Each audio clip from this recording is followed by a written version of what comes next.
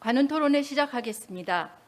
중견 언론인들의 모임인 저희 관훈 클럽에서는 2002년 대통령 선거를 앞두고 여야 대표를 불러서 각 당의 대선 전략과 정책을 검증해보는 시간을 마련했습니다. 2달쯤 전에 민주당 송영길 대표 이야기를 들었고 오늘은 국민의힘 이준석 대표 모셨습니다. 송영길 대표에 이어서 곧바로 국민의힘 이준석 대표 토론회를 할 예정이었는데 코로나 방역 상황이 심각해지면서 토론회가 좀 늦어졌습니다.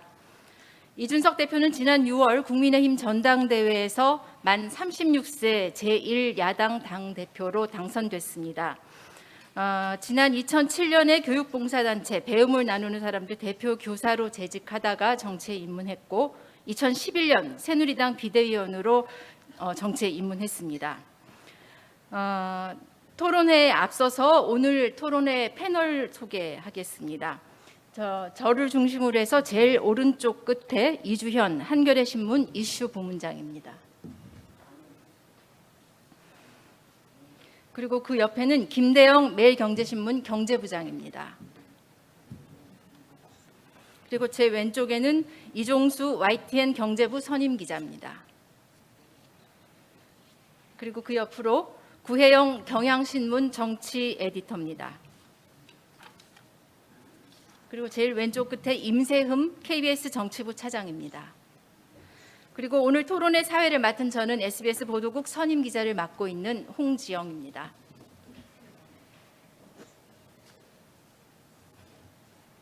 자, 이제 토론회 본격적으로 시작해 보도록 하겠습니다. 이준석 대표의 기조 발언부터 먼저 듣도록 하겠습니다. 네, 역사와 전통의 관훈 클럽에 초대되어서 영광입니다. 우리 이기용 총무님 이하 모든 임원님께 다시 한번 감사드립니다. 저에게는 이 모든 것이 처음입니다. 대통령 선거가 이제 6개월 정도 남았습니다. 6개월 뒤 5년간의 대한민국의 방향을 결정하는 그런 시간이 다가옵니다. 정권을 가져와야 하는 제1야당의 대표라는 무거운 직위가 제 어깨를 짓누릅니다. 고민이 많다 보니 침대에 제가 누우면 큰 전투를 앞둔 고대의 장수들의 빙의에서 망상을 하고는 합니다. 가우가멜라 전투를 앞둔 알렉산더, 자마 전투를 앞둔 스키피오 등 두루 거쳐서 망상한 다음에 해하 전투를 앞둔 항우회까지 생각이 닿습니다. 요즘은 사방에서 제 귀에 초나라 노래가 들리는 것 같은 망상을 하기도 합니다. 자기 정치를 하려고 한다는 지적도 많았습니다. 아직 제가 나가야 할 총선이 3년 남아있는 시점에서 자기 정치를 한다는 지적을 받으니 저도 많이 위축이 되었습니다. 하지만 다시 제 길이 옳다고 생각하고 가보려고 하고 있습니다. 나이가 젊어서 주목받는 대표가 아니라 여의도를 바꾸기 위해 노력했던 한 도전자의 길로 가보고자 합니다. 2030 세대가 현 정부의 실정에 실망해서 한 번쯤은 정치에 관심을 두고 표를 몰아줄 수 있습니다. 하지만 이 관심을 지속하려면 정치권은 환골탈퇴해야 합니다. 새로운 것에 대한 두려움을 떨쳐내야 하고 관습을 강요하지 않아야 합니다. 젊은 세대는 우리 사회가 계급장을 떼고 더는 위아래를 나누지 않는 그런 문화를 받아들이려고 요구하고 있습니다. 이 도발적인 제안은 한편으로는 36살인 제가 저보다 어리고 유능한 20대와도 논쟁적으로 맞설 용기가 있는가와도 직결되어 있는 문제입니다. 저는 떨리는 마음으로 당당하게 임하겠습니다. 청바지 입고서 회사에 가도 깔끔하기만 하면 괜찮고 젓가락질 잘해야만 밥을 먹는 것이 아니라는 노래를 흥얼거리던 시절이 기억나십니까? 여의도 정치도 이제는 개성이 드러날 수 있는 공간으로 바뀌어야 합니다. 이제 제가 대표로서 지향하는 국민의힘의 언어는 참여, 공유, 그리고 개방입니다. 대통령 선거를 준비하는 과정에서 많은 관습과 마주하게 될 것입니다. 저는 관습을 깨고도 국민의 지지를 받을 수 있는지 궁금했기에 전당대회에서 이기는 것에 더해서 새로움을 추구하는 것을 목적으로 했습니다. 후원금이 들어오면은 다 써버려야 된다는, 다 소진해야 한다는 관성에서 벗어났습니다. 정치권의 고비용 저효율 정치를 거부해보고 싶었습니다. 당원들에게 문자 메시지 한 통 안 보내고 선거를 치러봤습니다. 트럼프도 했다고 하는 SNS를 기반으로 한 직접 소통이 큰 선거에서도 통하는지 정말 확인해보고 싶었습니다. 캠프를 늘리고 임명장을 남발해서 조직 선거를 하는 것이 전국 단위 선거에서 이제는 실제로 큰 영향이 없음을 확인했습니다. 저희 국민의힘의 당원과 지지자들은 변화의 선두에 섰기 때문에 익숙함을 넘어서 새로움을 선택했습니다.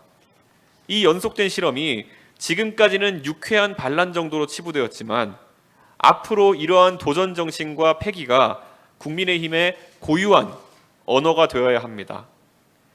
지난 서울시장 선거 보궐선거에서 우리는 유세차라는 고리타분한 선거운동의 수단을 젊은 세대의 언어로 새롭게 써내려갔습니다.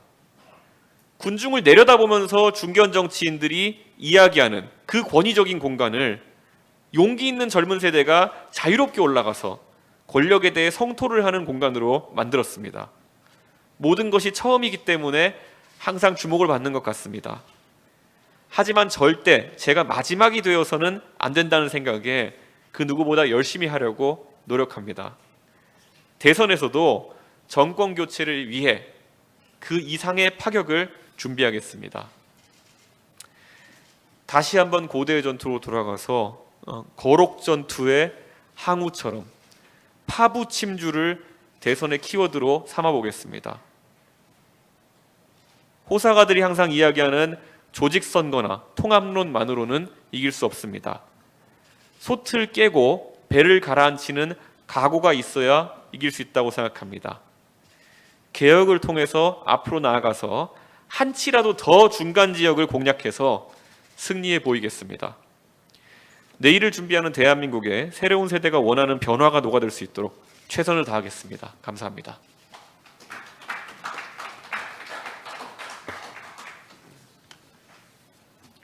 자, 그러면 토론회 본격적으로 들어가 보겠습니다. 제가 첫 질문을 시작해 보려고 하는데요. 이준석 대표 지금 야당 대표로는 처음으로 30대 대표로서 청년 정치 아이콘으로 취임하셨죠. 취임 석 달째인데 스스로 평가는 몇 점 줄 수 있을까요? 제 스스로는 100점을 주고 싶은 마음입니다. 예, 아직까지 버티고 있기 때문에.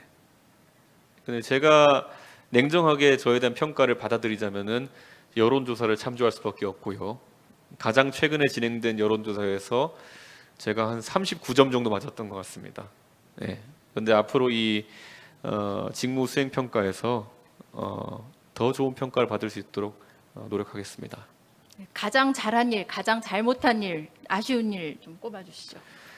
제가 가장 잘한 일이라고 한다면은 누구에게도 빚을 지지 않았다는 것입니다. 지금 전당대회에서 많은 분들이 목도하셨지만은 문법을 많이 깼습니다. 전당대회라는 것이 진짜 과거 전당대회장에서 조직 동원, 세대결 가서 꽹과리 치고 장구 치고 하면서 그런 목소리 큰 사람 위주로 돌아가던 선거에서 적어도 이번에 코로나 시국에 힘입은 것이기도 하지만은 저희가 메시지 중심으로 정당 개혁 공약을 중심으로 치르면서 상당히 그 정당 개혁에 대한 메시지들을 많이 투사할 수 있었고 그런 것들에는 기대가 많았다. 그리고 결과적으로 조직 선거를 지향했기 때문에 빚진 분들이 없기 때문에 실제 대변인 토론 배틀이라든지 그런 현실화된 정당 개혁을 추진할 수 있었다는 점에 대해서 저는 매우 긍정적으로 평가하고요. 다만 제가 안 쉽게 생각하는 것은 정당 개혁이라는 것이 항상 어떤 움직임에 대한 반동이 굉장히 센 어떤 그런 과정이라는 것을 좀 간과했던 것 같습니다. 그래서 앞으로는 좀 더 치밀하게 정당 개혁을 진행해 나가도록 하겠습니다. 저희 관훈 토론회에서 아까 말씀드렸지만 가장 어린 후보가 네. 나오셨는데 자기 스스로에게 100점 준 그 토론자도 처음이었던 것 같습니다. 다음 질문 이어가 보도록 네. 하겠습니다. 한겨레 신문 이주연 이슈부장 이어주시죠. 네, 지금까지 석 달 평가에 대한 질문을 조금 이어가겠습니다. 네. 일단 두 가지를 여쭤보겠는데요. 아까 이제 야당 대표로서의 직무 수행 긍정 평가율에 대해서 말씀하셨는데 네. 전체적으로 보면은 네, 안정적이고 좋다고 그러니까 높은 편이라고 생각을 합니다. 그런데 이제 유의할 점은 제가 첫 번째 질문입니다. 그 국민의힘 지지층에서 바라보는 그 평가가 전체 유권자들의 그 긍정 평가보다 좀 낮은, 그러니까 좀 인색했습니다. 그러면 왜 지지층에서 이렇게 그 낮은 평가가 나오는지 그 이유를 어떻게 분석하시고 있는지 궁금하고요. 그리고 또 그 6월 전당대회를 앞뒤로 두고 이 보수 혁신에 대한 기대가 매우 높았습니다. 그거는 뭐 여야를 막론하고 한국에서 보수가 바로 서야지 한국 정치가 다 좋아질 수 있다라고 하는 기대가 투영됐다라고 생각합니다. 그런데 이제 지난 석 달 동안을 보면서 그러면 이 국민의힘 제1야당의 이 체질이 어떻게 바뀌고 있는지 석 달이 짧은 시간이기 때문에 지금 바뀌었다라고 얘기할 수는 없지만 그러면 어떻게 바뀔 희망을 우리가 찾을 수 있는지 본인의 평가를 좀 듣고 싶습니다. 우선 우리 당에는 여러 대선 주자분들이 계십니다. 그런데 지난 한두 달의 과정 속에서 뭐 대선이라는 것이 의례 그런 좀 부분이 있습니다만 대선 주자 캠프와의 갈등으로 비춰지는 부분이 있다 보니까 제가 봤을 때는 저희 정당 내 지지층에서 다소 저에 대해서 우려를 표시하는 비율이 높아진 것 같습니다. 그래서 아마 경선 과정이 좀 안정화되는 과정 속에서 그런 오해는 많이 불식되지 않을까라는 기대를 하고 있습니다. 그리고 이제 보수 혁신을 말씀 주셨는데 저는 뭐 두려워하지 않고 말하겠습니다. 보수 혁신에 있어가지고 가장 중차대한 과제는 기존의 과거의 보수가 보였던 양태나 아니면 그들이 가졌던 주안점과 다소 결별하는 것이 아마 국민들이 기대하는 방향일 것입니다. 그런데 아무래도 저는 2017년에 탄핵 국면에서 그 분당 사태를 겪으면서 바른정당이라는 정당을 통해서 제 그런 꿈을 좀 실현해 보려고 했었습니다. 그런데 안타깝게도 작년에 그것이 결국은 다시 보수 대통합으로 마무리되면서 저는 제 시도를 3년간의 힘들었지만 결국은 실패한 그런 경험으로 규정합니다. 근데 저희가 실패했던 이유는 결국에는 저희가 중학교 때 보면 소금물 농도 조절하는 문제가 가끔 수학 문제 나옵니다. 저는 지금까지의 보수 정당의 모습은 소금의 농도가 너무 짙어가지고 일반적인 대중이 마실 수 없는 물의 상태에 있었다 이렇게 생각했고요. 저희가 바른정당으로 분당 시도를 하면서 했던 시도라는 거는 아예 그럼 그 소금물을 벗어나가지고 새로 이제 차리겠다는 것이었는데 오히려 제가 봤을 땐 지금 제가 당대표로서 하는 시도는 지금 우리가 가진 이 소금물에 있어서 농도를 좀 낮추는 시도를 하고 있다. 저는 이렇게 생각합니다. 그래서 제가 당대표가 된 뒤에 저희가 당원 기반이 책임 당원이 28만 명 정도 이렇게 됐었는데 지금 현재 40만 명을 조금 넘어서는 수준으로까지 당비내는 당원이 늘어나고 있습니다. 그렇게 되면은 대선 때까지 저희가 이 젊은 지지층 그리고 지금과는 약간 다른 지지층을 유입시키는 시도를 계속 하다 보면은 어느 순간에는 그 중도에 있는 분들도 젊은 세대도 마실 수 있는 농도의 물이 될 것이다. 그런 확신이 있습니다. 이어가실까요? 예.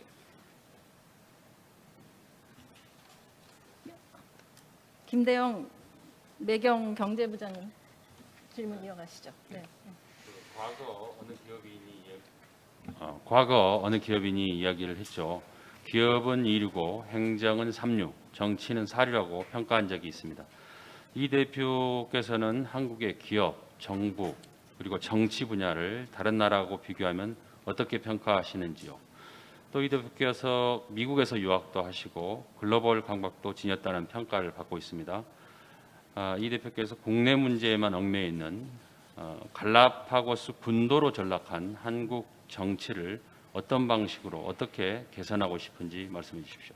아까 기업과 정치와 또 하나의 분야가 어떤 것이었죠? 기업, 정치, 정부입니다. 정부요. 예.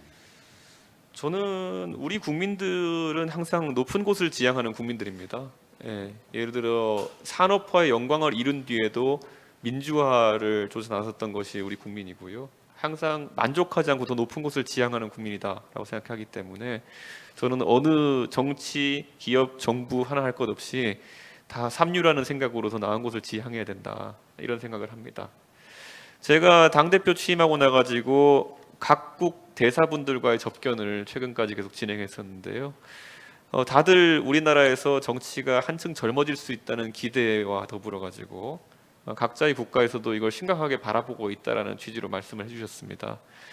저는 그리고 우리가 개발도상국으로서의 위치라는 인식을 항상 하고 있지만은 저는 우리가 선진국이라는 생각을 이제 가지고 국제사회 이슈들에 많은 관심을 가져가야 된다는 생각도 하고 있습니다. 그러다 보니까 기후 변화라든지 여러 글로벌 아젠다에 대한 우리의 입장도 명확히 가져가야 되는 것이고요. 지금까지는 우리 정당들이 기업의 논리에 밀려가지고 기후 변화라는 것에 대한 대응이라든지 환경에 대한 어떤 고민이라든지 이런 것이 기업 활동을 위축시킬 수 있다라는 취지로 항상 억제해왔던 측면도 있는데, 다만 우리가 선도하는 어떤 역할을 하게 된다면은 국제사회에서 우리의 그 기업들의 위치도 달라질 수 있습니다. 최근에 저는 현대차 그룹에서 자신들의 고급차 브랜드에 있어가지고 2025년까지 전동화를 완료하겠다고 한 것들, 이런 것들은 기업이 오히려 앞서가는 것입니다. 정치권에서 기업을 걱정해 준다는 취지로 그런 트렌드를 따라가지 않고 있는데 오히려 기업이 선도하는 모습, 그렇기 때문에 저는 저희가 앞으로는 선진국이라는 생각으로 이런 아젠다에 적극적으로 참여해야 되는 것이 아닌가라는 그런 생각합니다. 그리고 뭐 이 자리에 우리 KBS에서도 참석해 주고 계시지만은 제가 그 시야에 있어가지고 저는 미국에서 제가 공부할 때 항상 메인 뉴스를 보게 되면은 미국에서 특정 지역에서 어떤 살인 사건이 났다, 아니면은 뭐 범죄 사실이 있었다, 이런 것들은 주로 메인 뉴스에 관심을 받지 못합니다. 보통은 세계 어디선가 어떤 일이 있었다, 이런 뉴스가 관심 많이 받고, 그래서 미국 그 국민들은 항상 세계 시민으로서의 역할을 항상 염두에 두면서 움직이는 그런 경향성이 있는데, 우리도 아무래도 앞으로는 좀 이런 국제 뉴스나 이런 것을 좀 관심 가질 수 있도록 언론에서도 각별하게 좀 그런 부분을 신경 써주셨으면 하는 생각이 좀 있습니다.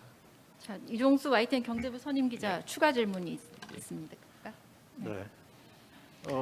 지금 사실 그 국민의힘 내부에서조차도 이제 정권 교체 위기론까지 나오고 있는 상황인데요. 지금 가슴 그 타겟층을 어떻게 찾을 것인가에 대한 모두 발언에 담긴 내용 가운데 제가 이렇게 주목해서 보게 되는 것은 개혁을 통해 앞으로 나아가서 한치라도 더 중간 지역을 공략해 승리해 보이겠다, 이렇게 한 부분이라고 생각이 되는데, 이 개혁이라는 게 도대체 지금 말씀하시기에 뭐 소금물 농도를 조절한다고 그러는데 이게 굉장히 추상적 표현인데 어떤 식으로 하려고 그러시는 건지 좀 구체적으로 말씀해 주실 수 있을까요? 저는 정당의 개혁이라 한다면 정당이 어떤 전략으로 선거에 임하느냐부터 바꿔야 된다, 이런 생각을 합니다. 제가 항상 참 자조적으로 솔직하게 말하자면은 지금까지 국민의힘이 그리고 그 선대 정당들이 했던 선거 기획이라고 하는 것은 우선 기본 1 전략이 영남 몰표입니다. 그리고 2 전략이 충청 강원의 선전이고요. 그다음에 3위 수도권에서의 5대5 싸움입니다. 저는 이 전략에서 소외된 지역도 있고요. 저는 이 전략은 구태에 가깝다, 이렇게 봅니다. 그래서 저는 이 지역 구도나 아니면 이념 구도를 바탕으로 해서 선거를 치르는 것을 벗어나서 저는 좀 다른 구도를 형성해야 된다, 이런 생각을 하고 있습니다. 특히 그러다 보면 지금까지 저희가 신경 쓰지 못했던 호남 지역에 대한 접근만 하더라도 저는 김종인 위원장과 우리 정운천 의원 그리고 성일종 의원 등의 행보를 아주 감사하고 높게 평가합니다. 그분들이 비상대책위원회 시절까지 하셨던 행보라고 하는 것은 과거와 역사에 대한 진정성 있는 반성과 그것이 반복되지 않게 하겠다는 다짐이었습니다. 그런데 그것을 넘어선다면 제 지도부에서는 이제는 호남에서도 당당하게 민주당과 정책으로 경쟁하겠다라는 취지로 저희는 나가야 된다, 이런 생각을 합니다. 최근에 일부 여론조사에서 호남의 20대 여론, 특히 20대 남성들의 여론 같은 경우에는 저희가 국민의힘에서 민주당을 큰 격차로 초월한 어떤 여론조사치도 보고되었습니다. 근데 그런 것을 의미하는 것이 오히려 국민들은 저희가 미래를 이야기할 때 호응해줄 준비가 되어 있다는 것입니다. 근데 저희도 지금까지 호남에 갈 때마다 그 관성에 따라서 기성세대 같은 경우에는 꼭 5.18 묘지에 가서 5.18 단체를 만나야 된다 정도의 호남에 대한 인식을 가지고 움직였던 것이겠죠. 하지만 저는 제가 지도부에 이제 취임한 이후에 전주를 먼저 갔고 새만금을 먼저 갔고 그다음에 여수 순천 광양을 먼저 가서 호남의 경제와 지역의 이슈를 다루겠다는 취지로 먼저 갔습니다. 물론 저는 5.18이나 다른 과거 세대 문제에서도 겸허한 자세를 계속 취할 것입니다. 그리고 저희 당의 전주의 의원님, 광주에서 많은 주목을 받고 있는 광주 글로벌 모터스 새로운 어떤 일자리에 대한 시도에 대해서도 민주당보다 먼저 앞서서 입법하는 그런 어떤 모습을 보여줬기 때문에 지역 언론에서도 찬사를 받았습니다. 저는 앞으로 이런 식의 어쨌든 선거 구도에 대한 발상의 전환이 저희 개혁의 중심이 될 것이고, 제가 지금 호남을 일례로 들었지만은 젊은 세대에 대해서는 제가 말할 것도 없고, 최근에 제가 참 이게 대선 주자들의 행보와도 결부되어 있기 때문에 말하기 민감하긴 하지만은, 젊은 세대는 젊은 세대의 언어로 젊은 세대의 문제를 이야기하길 바랍니다. 그런데 최근에 정치권에서 이 젊은 세대를 또 과거에 했던 것처럼 MZ 세대라는, 젊은 세대는 한 번도 자기들이 그렇게 불러달라고 한 적이 없는, 하지만 누군가가 조어한 그런 단어로 묶어가지고 여러 가지 이야기를 하는 것을 보면서 저는 이것도 또다시 정치권이 실수를 하려고 하는 것인가, 이런 우려가 있습니다. 여야를 막론하고 이제 정치권에서 젊은 세대는 갈라파고스화 되기를 싫어합니다. 젊은 세대의 일자리 정책이 보편적인 일자리 정책과 따로 있을 수 없는 것이고, 젊은 세대의 주택 정책도 따로 있기 어렵습니다. 그런데 항상 예를 들어 젊은 세대의 일자리 문제를 따로 가져가겠다고 했던 문재인 정부가 가져온 실책이 뭐겠습니까? 경제가 활성화되면은 남녀노소 막론하고 일자리가 늘어나는 것이 당연합니다. 근데 젊은 세대의 일자리만 늘리겠다는 공언을 했기 때문에 결국 선택한 방법론이 뭐냐면은 공공 일자리 늘리겠다, 공무원 수 늘리겠다 아니겠습니까? 그런 것들이 이제 젊은 세대는 다 압니다. 더 이상 분열적이고 그런 어떤 갈라파고스화된 어떤 정책 시도를 하지 말아달라는 것이 젊은 세대 입장이라고 저는 알고 있습니다. 지금 뭐 대강 얘기를 하셨는데, 그럼 이번 대선에 있어서 국민의힘의 필승 전략, 이준석 대표 필승 전략 같은 게 있을까요? 저는 언론인들께서도 올해 들어가지고 저희가 큰 선거를 몇 번 겪으면서 방정식이 하나 있습니다. 그 처음에 서울시장 선거에서도 초기 여론조사나 이런 것들을 보면은 오세훈 시장의 지지도가 안철수 대표에 비해서 크게 적게 나왔던 적이 있습니다.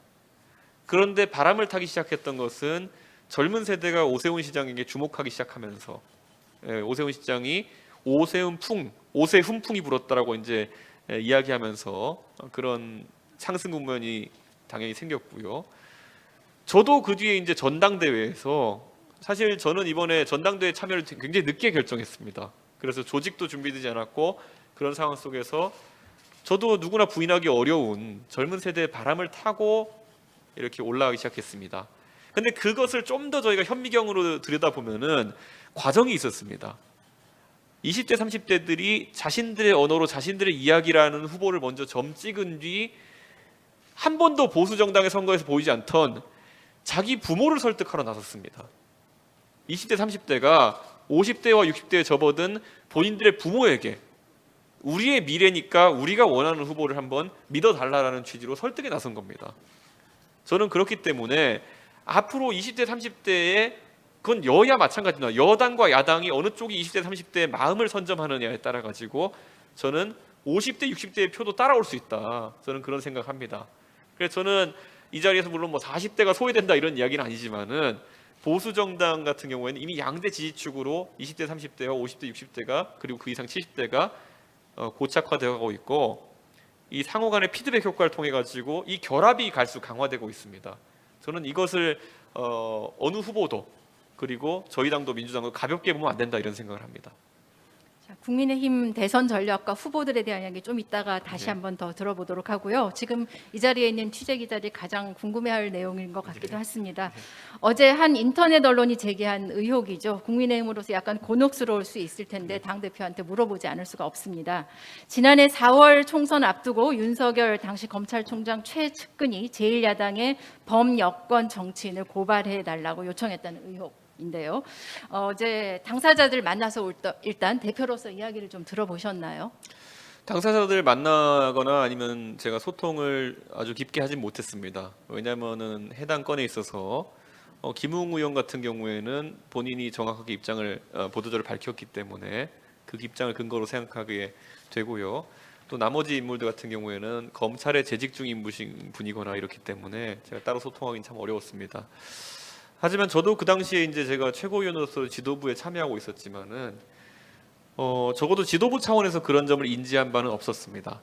미래통합당 시절에. 그리고 또한 우리 당의 이제 법률위원회 같은 경우에는 수많은 자료를 이첩받고 항상 선거 때는 그렇게 다룰 수도 있습니다. 하지만 공식적인 회의나 이런 석상에서 그런 문건이 다루어진 적은 없다는 것까지는 제가 정확하게 사무처에서 보고를 받았습니다. 그렇기 때문에 그 정도의 사실관계를 제가 파악하고 있고, 저도 그래서 그 해당 언론, 그 탐사 취재를 했던 언론에서 추가적인 그 정보를 공개하기 전까지는 따로 당의 입장을 내기는 어려울 것 같습니다. 자, 그럼, 아, 예, 어제 그 이 대표께서 말씀하셨던 내용과 좀 비슷한 방식의 대응을 생각하고 계신데, 아까 모두 발언에서 여의도를 바꾸기 위해서 노력하던 도전자의 길로 가겠다라고 이제 말씀을 하셨습니다. 저는 이번 사건 같은 경우에 보면 이 의지에 준한다면 대응도 좀 달라야 되지 않을까. 일단 그 당의 공식기구 법률지원단이 언급이 됐습니다. 그리고 야권의 지지율 1위 주자가 거론이 됐고, 그리고 당의 의원이 거론이 됐습니다. 이렇게 되면 뭐 외부에서 감찰을 하든 특검을 하든 법사위를 소집을 하든 요구가 나오기 이전에 그 당 차원의 어떤 진상조사가 필요한 부분이 있지 않을까, 그런 생각이 드는데, 어제 거의 이 전국을 뒤흔들었던 이 사건에 대한 대응을 말씀하시는 것 치고는 좀 안일한 대응이 아닐까 하는 그런 생각이 드는데요. 일단 당 차원의 진상조사 착수할 계획 없으십니까? 저는 그 해당 문제에 대해 가지고 결국에는 당무감사 정도를 저희가 진행할 수 있습니다. 그럼 당무감사는 당연히 저는 진행할 수 있다 이렇게 판단하고요. 그것의 시작점을 이제 만들기 위해서는 좀 더 구체적인 언론 보도가 나오는 것이 좋겠다 이런 판단을 합니다. 그리고 김웅 의원 같은 경우에는 본인이 그 문건을 이첩 받았는지 그리고 그런 것들도 불확실하게 지금 답변을 하고 있습니다. 그래서 그런 부분도 저희 당에서 당무감사들을 통해서 파악할 수 있도록 저희가 하겠습니다.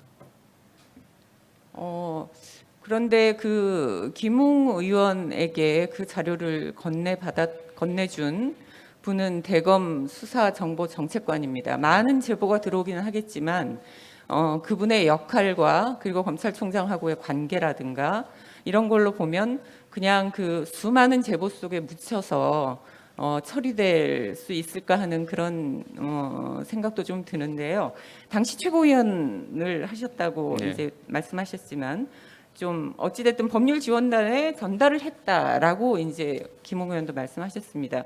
어떤 경로를 거쳤고 당시의 당 판단이라든가 이런 것들을 혹시 이제 지도부 차원에서 좀 논의한 내용, 그런 경로와 관련된 부분들은 전혀 좀 논의하지 않으셨나요? 김웅 의원은 본인이 여러 문건을 전달한 바는 있다라고 이제 언급했지만은 그 특정한 사안에 대해서 본인이 했다는 것에선 기억을 하지 못한다고 이야기했고, 또 저희 당에 이제 법률지원단에 계신 분들 같은 경우에도 이 사건을 기억하지 못한다고 했기 때문에 그 부분을 저희가 좀 더 엄격하게 당무감사를 통해서 밝혀놔야 된다, 저는 이렇게 생각을 하고요. 김웅 의원은 당시 이제 검찰에서 퇴직해서 정당인으로 활동하고 있던 시절이었습니다. 네, 그렇기 때문에 그 제보를 검찰에서 받는 것이 부적절함인 것은 저는 인지할 수 있었지만은 실제로 어떤 경로와 어떤 과정이 있었는지 좀 더 확인해 보겠습니다. 지금 말씀하시면서 김웅 의원하고 나머지 분들은 얘기하셨었는데 윤석열 총장 쪽하고는 접촉을 해서 확인해 보지는 않으셨나요?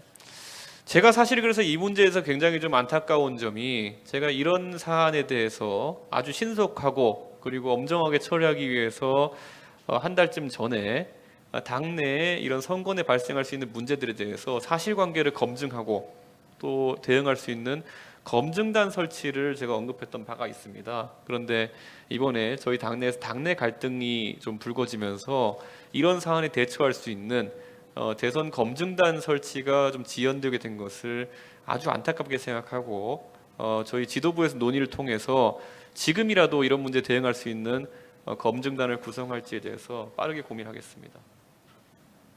지금 여권에서는 국기문란 게이트라고 얘기를 하기도 하고요. 법사위 소집을 요구하고 있는 모양새인데요. 당 차원에서는 이런 요구에 대해서는 어떻게 대응을 하실 계획이십니까? 저는 당연히 이 사건이 실제적으로 어떤 우리 당 후보의 개입이 있었다고 한다면은 굉장히 심각한 문제다라고 저는 판단하는 것에는 동의합니다. 그런데 그런 것들을 규명하기 위한 노력에는 당이 적극적으로 협조해야 된다 이렇게도 생각하고 있습니다.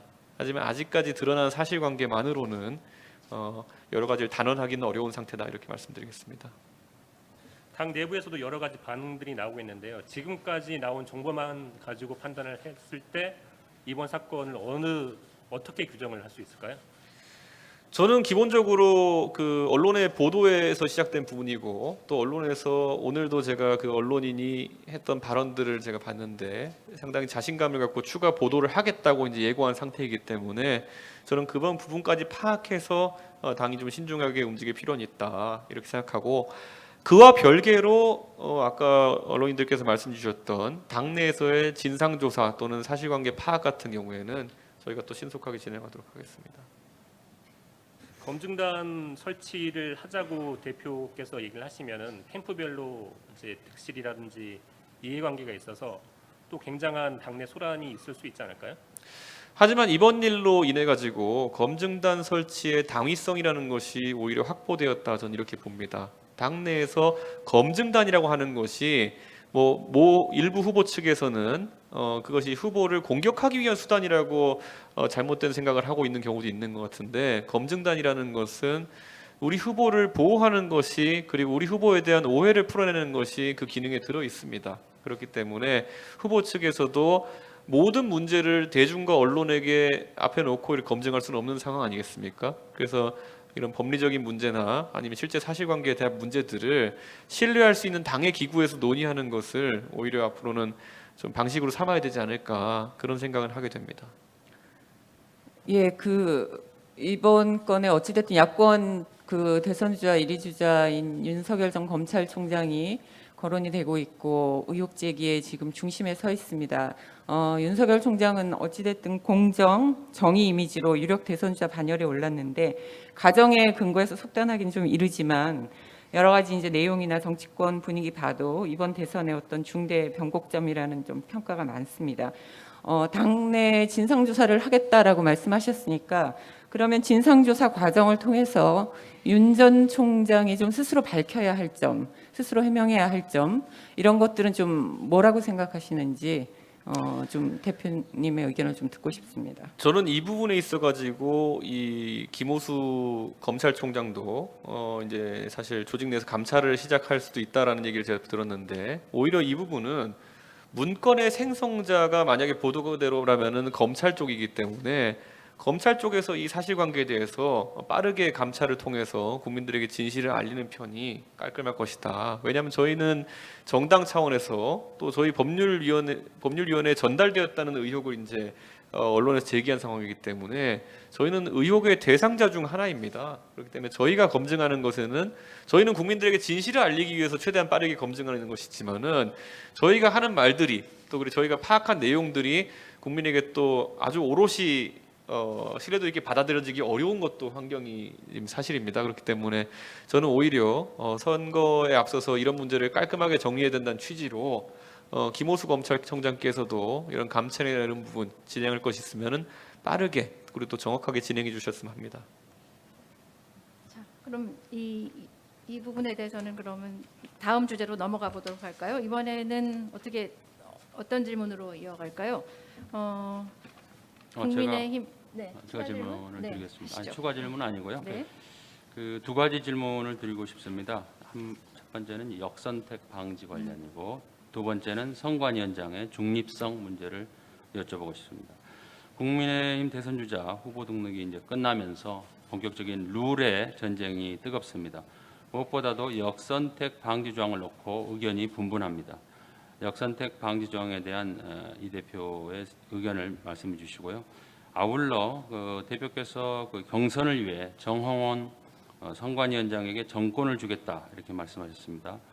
하지만 일부 후보들은 정 위원장이 특정 후보에 기울었다 하면서 반발을 하고 있습니다. 정 위원장의 공정성, 중립성을 잃었다는 비판에 어떻게 생각하시는지 말씀해 주세요.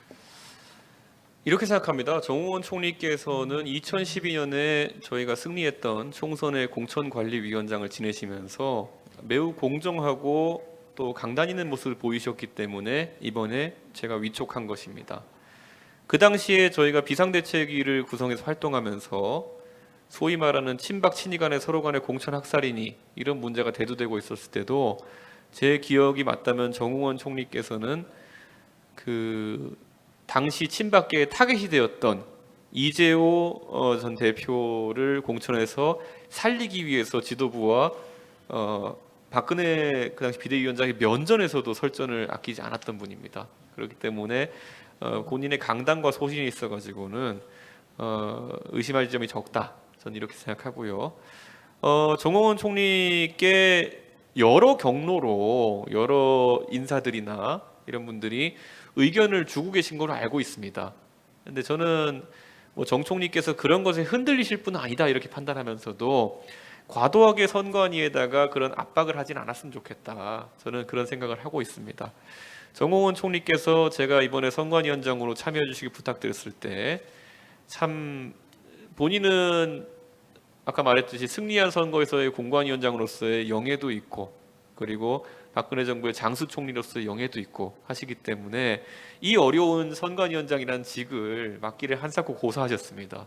제가 또 모실 수밖에 없었던 것은 이렇게 말씀드릴 수 있겠습니다. 초기에 언론에 굉장히 다양한 분들이 하마평에 올랐는데요.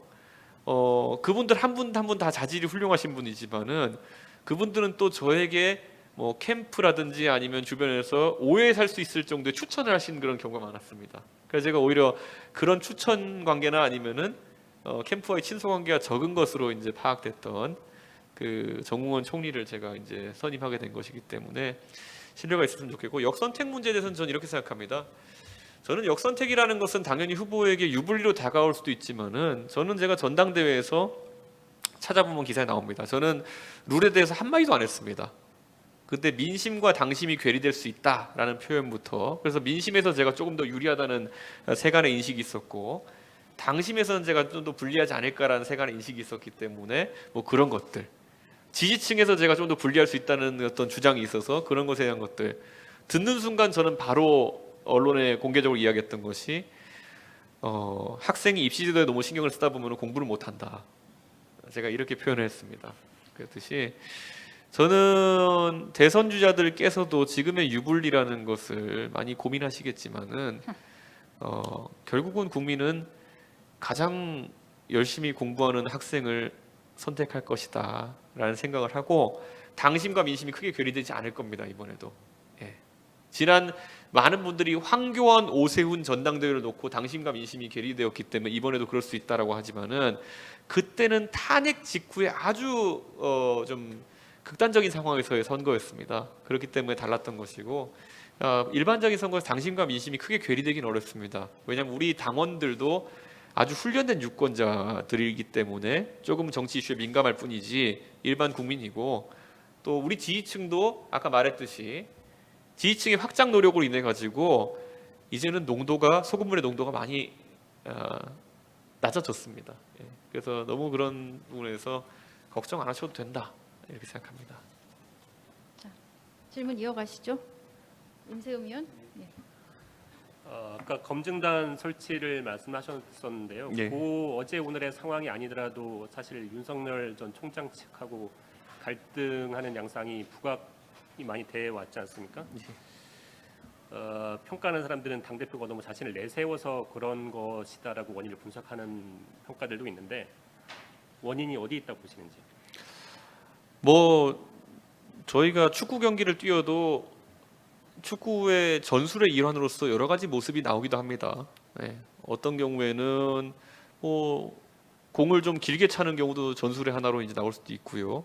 패스를 돌리는 것도 하나의 전술의 일환으로 경기 후반부에 보면 나오기도 하고요. 아니면 또 압박 축구를 구사하는 것을 일변도로 가져가는 그런 스타일도 있을 겁니다. 각 캠프별로 선거를 임하는 어떤 자세가 좀 다르기 때문에 이런 당의 역할에 대해 가지고 관점도 조금씩은 다른 것 같습니다. 근데 이제 당 대표로서 제 입장은 이번 선거는 참 어려운 선거라는 인식을 하고 있습니다. 그래서 제가 과거에 어떤 행사에서 내일이 선거라면 5% 정도 지고 있다는 생각으로 저는 선거에 임한다라고 이제 말씀드렸거든요. 이건 사람은 참 기억에 지배되는 동물인 것 같은 것이, 제가 2012년 박근혜 대통령을 모시고 이제 대선을 치렀을 때, 그때 저희 선거 캠프 내에서 계속 나왔던 인식 또는 그 긴장감을 유지시키기 위한 어떤 그 내부의 다짐이라는 것이, 우리는 항상 5% 10% 지고 있다는 생각으로 모든 행동을 해야 된다라는 그런 관점이었습니다. 저는 그 기억에 지배됩니다. 왜냐하면 그게 저희가 이겼던 마지막 선거였기 때문에 항상 로우키로 가야 되는 것이고, 그리고 거기에 더해가지고 저는 지난 전당대회에서 있었던 것처럼 아주 치열한 경쟁과 어떤 파격적인 행보들이 가운데 있는 국민들을 공략할 수 있다는 생각을 하고 있습니다. 그래서 이제 당의 여러 가지 역할들이 필요하다 생각했던 것인데, 아무래도 일부 주자들은 좀 불편할 수 있는 지점이 있었다 이렇게 생각하고요. 저는 그런 부분을 이해합니다. 예, 그렇기 때문에 그렇다면 제가 제 역할을 좀 줄이더라도 당내 분란을 줄이는 어떤 방향으로 전환하겠다고 하고, 당내 분란에 대해 가지고 제가 깔끔하게 사과를 했던 것입니다. 근데 또 잘 모르겠습니다. 이게 조변석계라고 가다 보면 또 선거가 침체되다 싶으면은 저한테 역할을 요구하는 분들이 있을지도 모르겠습니다. 그런데 뭐 당의 흥행을 위해서 제가 선택하는 것이지, 또 선거 승리를 위해 선택하는 것이지, 어떤 분들은 저한테 자기 정치하려고 그런다 이렇게 하시는 분들이 있는데, 제가 다음에 나갈 선거는 3년 뒤에 있습니다. 예, 총선이죠. 그렇기 때문에 3년 뒤에 있을 일을 지금 제가 먼저 이렇게 준비하고 이러진 않습니다. 예. 예, 그 윤석열 전 총장이 지지율 면에서요 야권 후보 1위를 달려왔고, 또 현 정부에서 검찰총장을 지낸 이유 등으로 인해서 지금 검증과 네거티브 공세에 집중 포화를 받고 있습니다. 또 윤 전 총장이 만약에 국민의힘 대선 후보로 된다면은 여권이 파상 공세를 펼칠 것이다라는 전망도 많고요. 윤 전 총장이 국민의힘에 입당을 하면은 이제 비단 주머니 3개를 주겠다고 했던 이 대표가 보시기에 과연 윤 전 총장이 이러한 혹독한 검증 공세를 통과할 수 있을지 어떻게 보시는지. 우리 후보로 최종 확정된 후보가 있다면은 그 후보를 돕기 위해서 우리 당 지도부와 당원들은 모든 노력을 다해야 됩니다. 그때는 뭐 비단 주머니가 아니라 그보다 더한 것이라도 저희가 제공하고 선거 승리를 위해서 함께 경주해야 합니다. 그런데 지금 이 경선 단계에서는 비단 주머니를 주려면 다 돌려야 되거든요. 예, 모든 후보에게. 근데 그런 것이 좀 어렵다라는 판단을 하게 됩니다.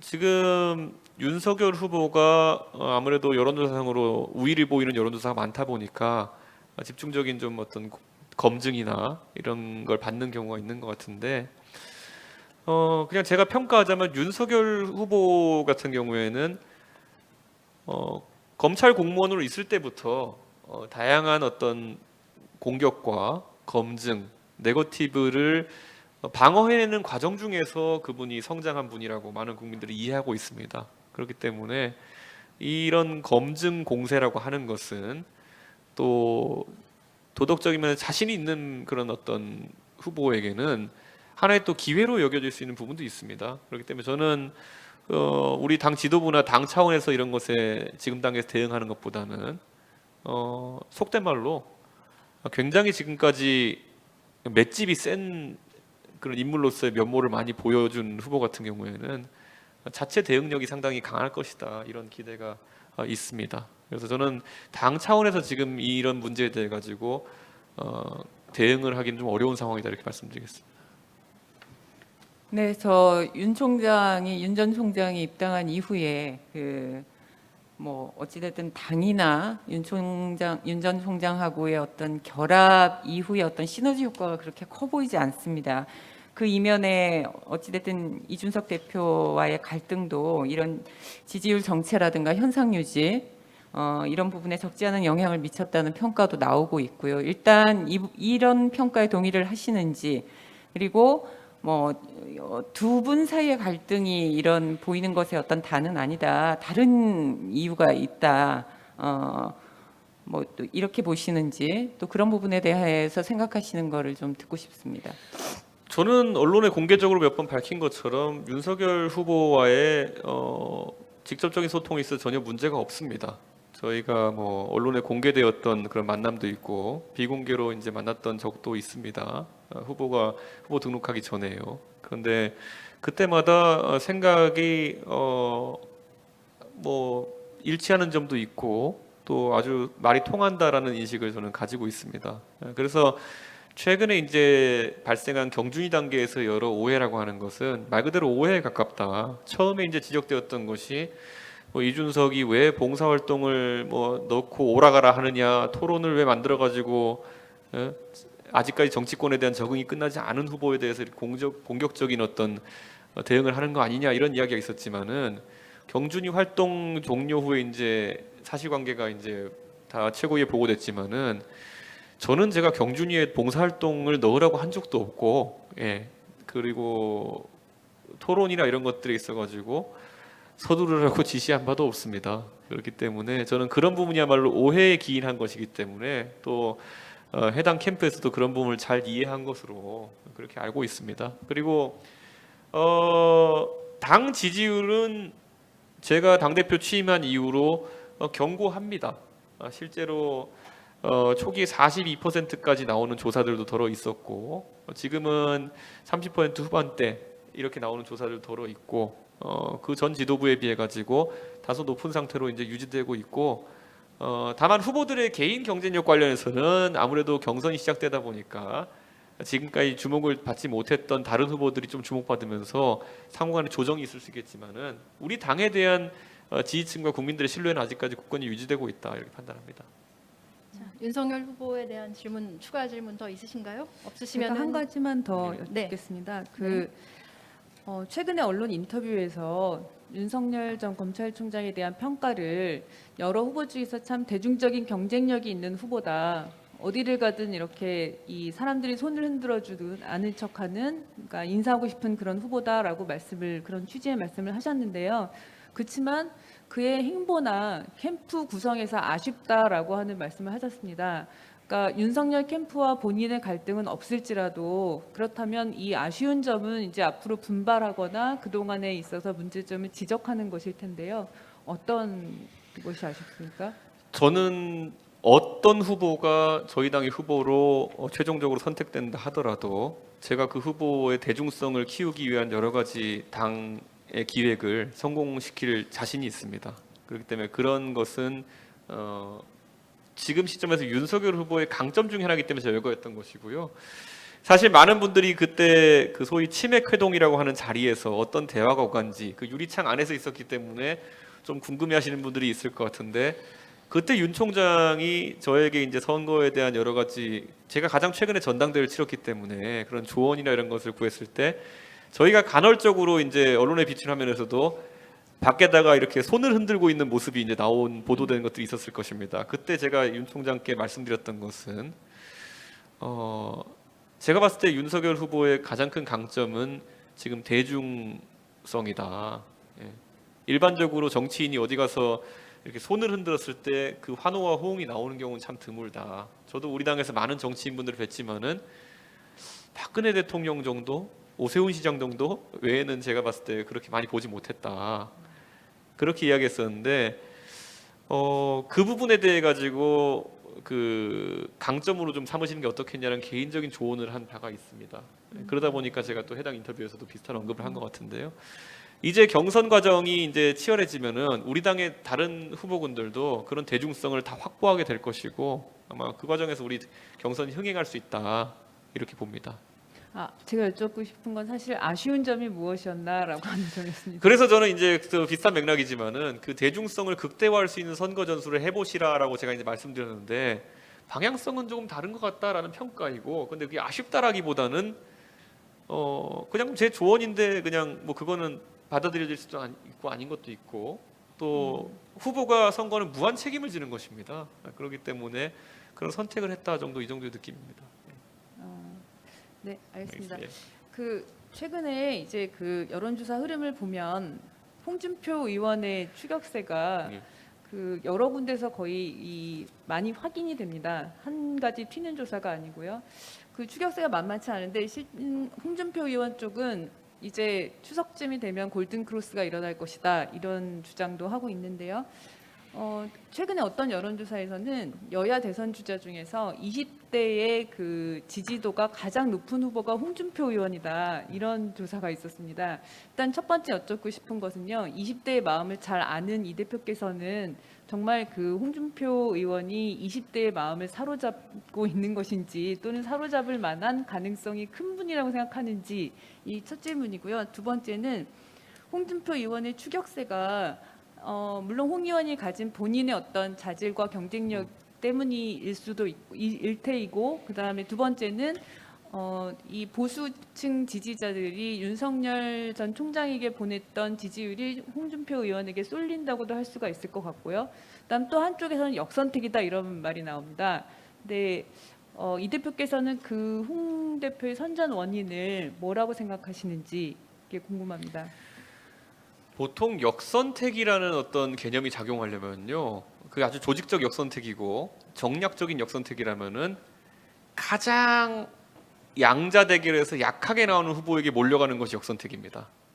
그런데 제가 봤을 때는 홍준표 후보가 그런 카테고리에 들어가는 후보라고 보기도 어렵습니다. 조사 결과들을 보면은. 그렇기 때문에 저는 그 역선택이라는 어떤 조직적인 행태라는 주장을 좀 받아들이기 좀 어렵다. 전 이런 생각을 하고, 다만 여론조사는 좀 그렇게 기작하는 경우가 있습니다. 저희가 서울시장 선거 때도 그 재질문 조항, 예를 들어 정치에 관심이 없는 유권자 같은 경우에는 나 모르겠다 이렇게 답변했는데 그 다음에 그래도 둘 중에 누가 더 좋습니까라고 물어보면은 좀 경향성이 다르게 나올 수도 있고, 그래도 누가 더 좋겠습니까 반복해서 물어보다 보면은 차악을 선택한다 이런 이제 그 이야기도 있거든요. 그런데 저는 뭐 여러 그런 문제 때문에라도 문항 설계나 이런 것에 따라서도 다르게 나올 수 있기 때문에 여론조사 하나하나에 너무 의미를 부여하기는 어렵다 이런 생각을 하고, 저도 솔직히 20대 30대에서 저에 대한 지지가 강하게 나왔던 원인을 저도 매일 사고 실험을 통해서 분석해 보려고 하지만은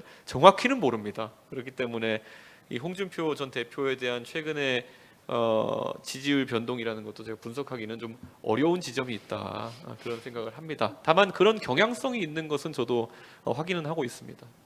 근데 홍 의원 본인의 어떤 경쟁력 그 장점은 뭐라고 평가를 하십니까? 저에게 그 질문을 하시려면은 나머지 모든 후보에게도 똑같은 질문을 해주셔야 제가 공정성 시비가 걸리지 않을 것 같습니다. 그런데 뭐 다 아시는 것처럼 홍준표 대표께서도 뭐 다른 후보들도 다 훌륭한 자질이 있지만은 아까 제가 말했던 대중 정치인이라고 할 수 있는 인지도를 갖춘 분이기 때문에 또 이 지지도의 변동성이 좀 있는 것이 아닌가.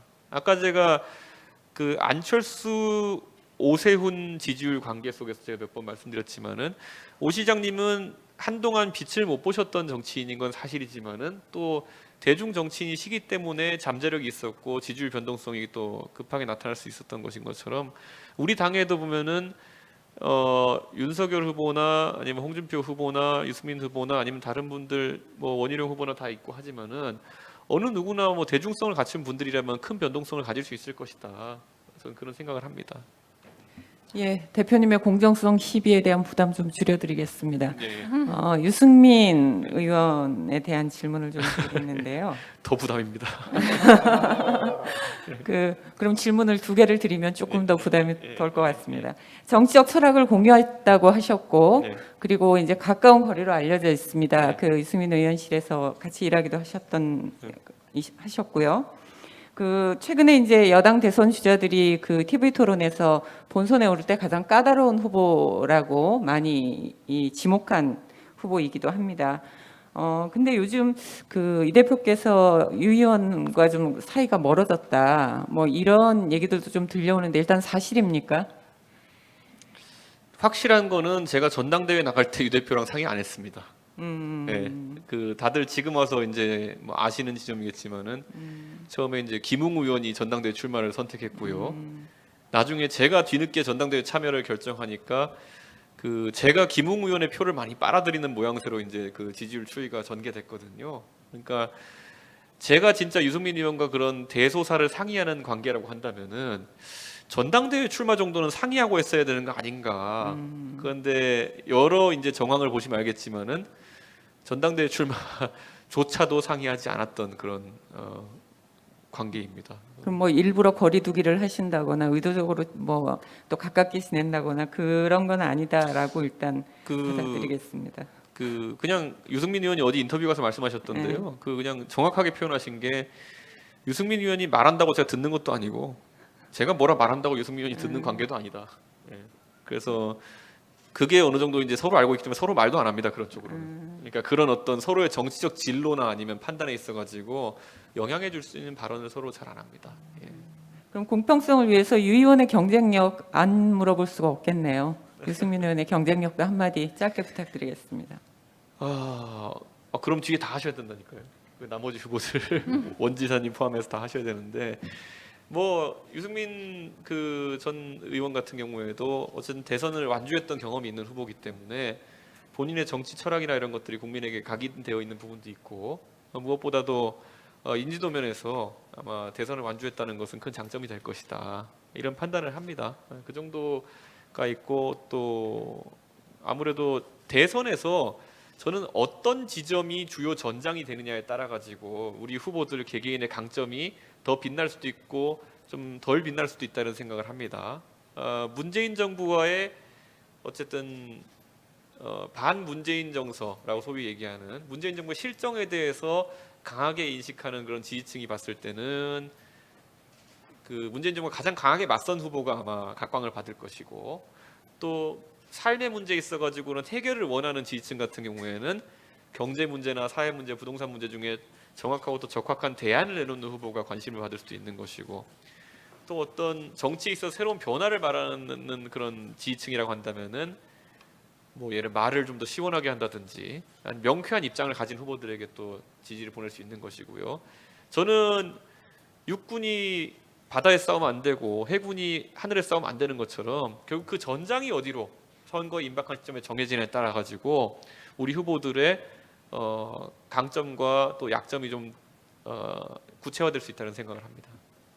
그럼 다른 후보로 이제 넘어가 볼까요? 네, 한 가지 더. 최재형 전 네. 감사원장이 예. 일찌감치 국민의힘에 입당해서 후보로 뛰고 있습니다. 하지만 지지율이 캠프 기대만큼은 올라가지 않고 있는 것 같습니다. 앞으로 최 전 원장의 지지율을 어떻게 보시는지 또 어떻게 하면 지지율이 상승할 수 있을 거라고 생각하십니까? 제가 이런 그 주제 넘는 컨설팅들을 계속 이제 각 캠프에 하는 것이 좀 부담스럽긴 합니다.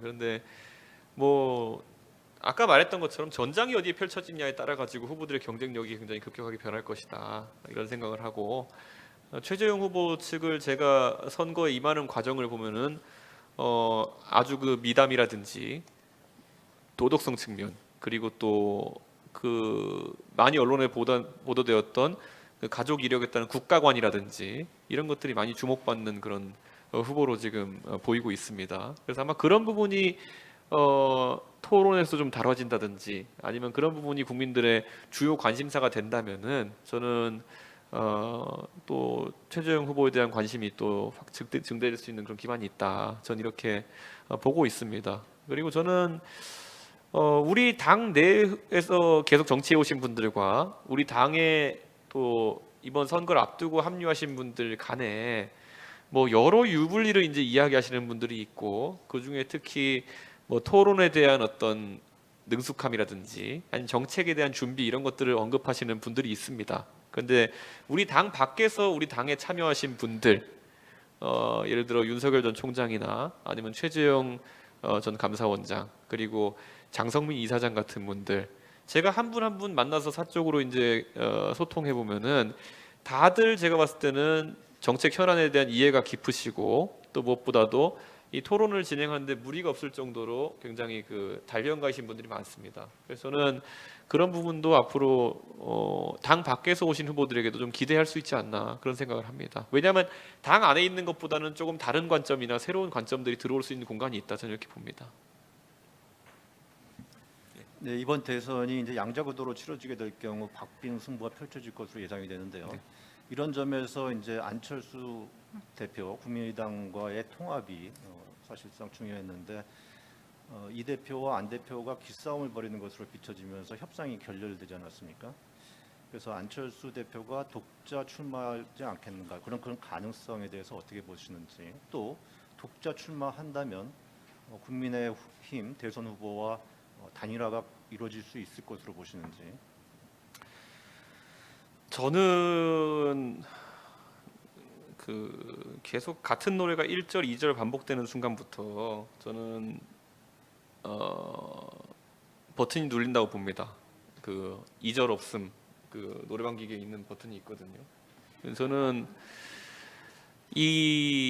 안 대표의 제3지대 행보에 대해서 상당히 공감을 했었고, 그리고 또 저는 그것이 참 가치 있는 행보이고 그것이 매우 우리 사회에 꼭 필요한 행보라고 생각했기 때문에 결국엔 바른미래당에서 한솥밥을 먹었던 시절이 있었습니다. 거대 양당의 어쨌든 독주 속에서 제3정당이 새로운 모습을 보이는 것에 대한 국민적인 기대치도 있기 때문에 안철수 대표께서 총선에서 교섭단체를 만드는 어떤 그런 큰 성과를 만들어내셨던 것도 많은 국민들이 기억할 겁니다. 그래서 안 대표께서는 대선에서도 2017년에서 완주를 통해서, 그리고 그 뒤에 이어진 서울시장 선거에서도 3지대 완주를 통해 가지고 본인의 가치를 어렵지만 관철하려는 시도를 계속 하셨습니다. 저는 그 부분을 굉장히 높게 평가하고, 그리고 그것은 의미 있는 시도였다, 이렇게 저는 판단합니다.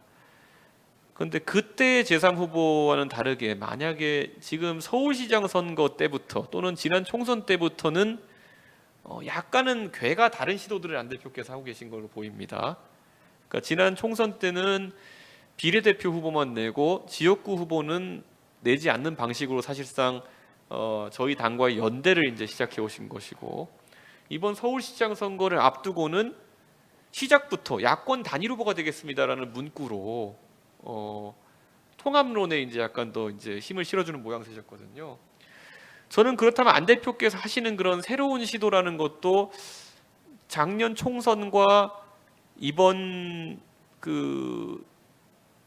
보궐선거와 비슷한 궤로 국민들이 인식하지 않을까, 비슷한 길을 걷는 방식으로, 예를 들어서 결국엔 마지막에 단일화를 하려는 시도로 이제 끝나지 않을까라는 그런 약간 보이는 결말이 있는 상황 속에서는 처음의 시도들보다는 감동이나 아니면은 어떤 국민의 기대치가 좀 덜할 수도 있다, 그런 우려가 있습니다. 그런데 반대로 제가 몇 번이나 인터뷰에서 언급했던 것처럼 안철수 대표가 상징하는 그런 중도의 가치라든지 안철수 대표가 생각하는 그런 새로운 정치의 가치라는 것은 상당히 매력이 있고 소구력이 있는 가치들입니다. 저는 그래서 안 대표께서 그것을 오롯이 보존하면서 야권에 좀 도움될 수 있는 길로 앞으로 선택을 해주시길 저는 좀 기대를 하고 있습니다. 이것이 사실 제가 지난 서울시장 보궐선거에서 오세훈 시장 캠프에 있으면서 사실 그 단일화 과정 굉장히 힘들었다고 제가 복귀하고 있습니다. 그런데 이번에 양강 구도로 치러질 가능성이 높은 그런 대선에서 때로는 적전 분열로 귀결될 수도 있는 그런 어려운 길을 저희 지지층에게 한번 보여드리고 싶지는 않습니다. 그래서 좀 다른 합리적인 좀 안이 도출됐으면 합니다. 기대를 하고 있다고 말씀하셨는데 이 대표 본인이 나서서 뭔가를 좀 해봐야겠다는 생각은 없으신가요? 제가 얼마나 합당이나 아니면 이런 연대에 대한 의지가 강했으면은 제가 당 대표가 되자마자 그 주말에 바로 저랑 안 대표랑 자택이 이제 1km 남짓한 거리 떨어져 있습니다. 그랬더니 바로 이제 제 안 대표께 연락을 드려가지고 저희 동네 상계동에서 좀 뵙자, 이렇게 말씀드리고 허심탄회하게 대화를 나누고 싶다 말씀드릴 정도로, 저는 안 대표와의 사적인 관계에서 만약 불편한 관계가 있다 그러면 저는 당연히 그걸 풀기 위해 노력할 것이고요. 다만 지금의 어쨌든 국민의당과의 합당이 불발된 것은 전혀 사적인 문제가 아닌 것으로 좀 파악하고 있습니다. 안 대표께서 아무래도 하나의 공당을 책임지고 있는 존재시기 때문에, 또 공당의 구성원들을 또 생각하는 마음이 있으시기 때문에 이 모양새를 가지고 약간 좀 여러 생각이 있으신 것 같지, 저는 그래서 그런 부분도 협상 과정을 잘 들여다보시면 저는 단 한 번도 협상에 대해서 부정적인 의지를 표명한 적이 없고, 오히려 국민의당 측의 어떤 요구사항들은 최대한 들어줬으면 좋겠다라는 취지로 저희 협상단에게 지시를 했습니다. 다만 좀 이견이 있었던 것은 당명에 대한 부분 정도가 이견이 있었던 걸 좀 파악하고 있는데 그 부분은 또 제가 당 대표로서 쉽게 받아들이기 어려운 지점이었다는 것을 제가 또 언론인들께 알려드리고 싶습니다. 구혜 의원. 예, 이번엔 링 네. 밖에 현재 계시지만 끊임없이 대선 가도에서 거론되고 있는 분에 대한 질문을 좀 드리려고 합니다. 오세훈 서울시장 얘긴데요. 일단 그 본인의 대선 출마 부분에 있어서 오 시장은 이제 선을 긋고 있습니다. 그리고 현재 국민의힘 경선 레이스 진행되는 상황이기 때문에 현실적으로도 어렵지 않겠느냐라는 그 평가도 지배적이지만 그럼에도 불구하고 정치는 뭐 여러 가지 가능성도 염두에 둬야 되는 분야라는 전제에서 오세훈 시장 출마설이 계속 끊이지 않고 있습니다. 이거를 좀 이렇게 대표께서 정리를 해주시는 의미도 좀 필요할 것 같은데요. 이게 상대 정당인 더불어민주당의 어떤 교란용이다라는 평가가 좀 야당 의원들께서는 지배적인 의견인 것 같고요. 그럼에도 불구하고 출마 가능성을 얘기하는 분들은 중도라는 어떤 본인이 가지고 있는 상징 자본과 그거를 계속 발전시켜서 나중에 이제 보수층까지 흡수를 하는 예를 들면 이명박 전 대통령 모델 같은 걸 구상하고 있다라는 아주 구체적인 얘기도 들리는데 좀 어떻게 이해하는 것이 좋겠습니까? 저희가 어떻게 이해를 하는 게 맞는 건지. 솔직히 처음에 끊임없이 링 밖에서 준비하고 계시다 그래서 저는 김종인 위원장 말씀하신 줄 알았습니다. 그런데 포함되는 건가요? 제가 오세훈 시장은 끊임없이 링 밖에서 어떤 행동을 하고 계신 그 징후를 제가 뭐 오세훈 시장과도 긴밀하게 소통하고 있지만은 그런 징후 느끼지는 못했습니다.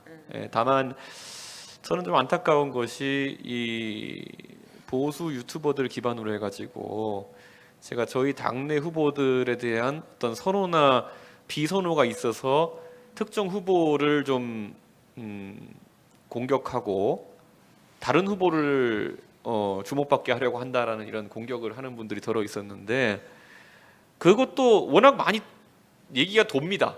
처음에는 유승민 후보를 대통령 만들게 한다는 이런 이야기로 한 시즌이 지나고 나면은 그 다음에는 최근엔 또 뭐 홍준표 후보를 미는 거 아니냐라는 시즌이 하나 그 유튜브 채널 돌고 그 다음엔 또 이제 오세훈 시장을 민다는 시즌이 하나 돌고 그래서 이거 다 종합하면 저는 거기다 또 다른 또 일부 채널 같은 경우에는 제가 또 당 밖에 있는 분하고 치맥 회동을 했다고 해가지고 윤석열 후보를 민다고 이제 얘기하기도 하고 또 어떤 분은 또 저는 동시에 한 4명의 후보를 지원하는 사람처럼 이렇게 돼버렸습니다. 그런데 저는 이런 것들이 전부 다 좀 정치권 언저리에서 도는 굉장히 좀 이간에 가까운 이간책에 가까운 좀 내용들이 아닐까 싶은 것이 굉장히 구체적으로 들어가 보면 제가 특정 후보에 대해서 어떤 제가 당대표가 된 이후로 선호나 비선호를 밝히지도 않았고 그리고 또 그런 어떤 특혜가 될 만한 행위를 하지도 않았습니다. 그래서 아마 오세훈 시장에 대한 부분은 특히 저는 터무니없는 내용이다 이렇게 생각했던 것이 저희 후보 등록이 끝났습니다. 그렇기 때문에 이 절차를 뒤집고 후보로 오세훈 시장이 등록할 수 있는 절차는 제 상식선에서는 없습니다.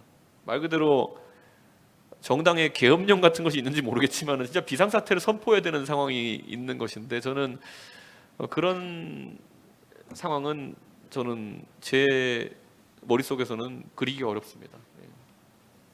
그러면 지금 어제 윤석열 그러니까 제일 그 지지율이 가장 높은 후보에 대한 그 의혹이 제기되면서 아마 지금 플로어에서 이런 질문이 나온 것 같은데요. 다음 질문 넘어가기 전에 하나 소개해드리고 가겠습니다. 과거 대선을 보면 김대엽 병풍 사건이라든지 김경수 인터넷 여론조작 사건 등 같은 경우로 당선자가 개운치 못한 상황에서 결정되는 경우가 있었는데 2022년 대선에서도 김대엽 사건이나 드루킹 사건 같은 거 재현될 수도 있을 것 같다. 어떻게 생각하고 있으며 재현될 경우에 대책이 있는가 이렇게 플로어에서 질문이 들어왔습니다. 저는 굉장히 심각하게 위기감을 가지고 그 문제를 바라보고 있습니다. 특히 저희가 그 선거에 대한 불합리한 공작으로 의심되는 사건들이 문재인 정부 들어서 덜어 있었습니다.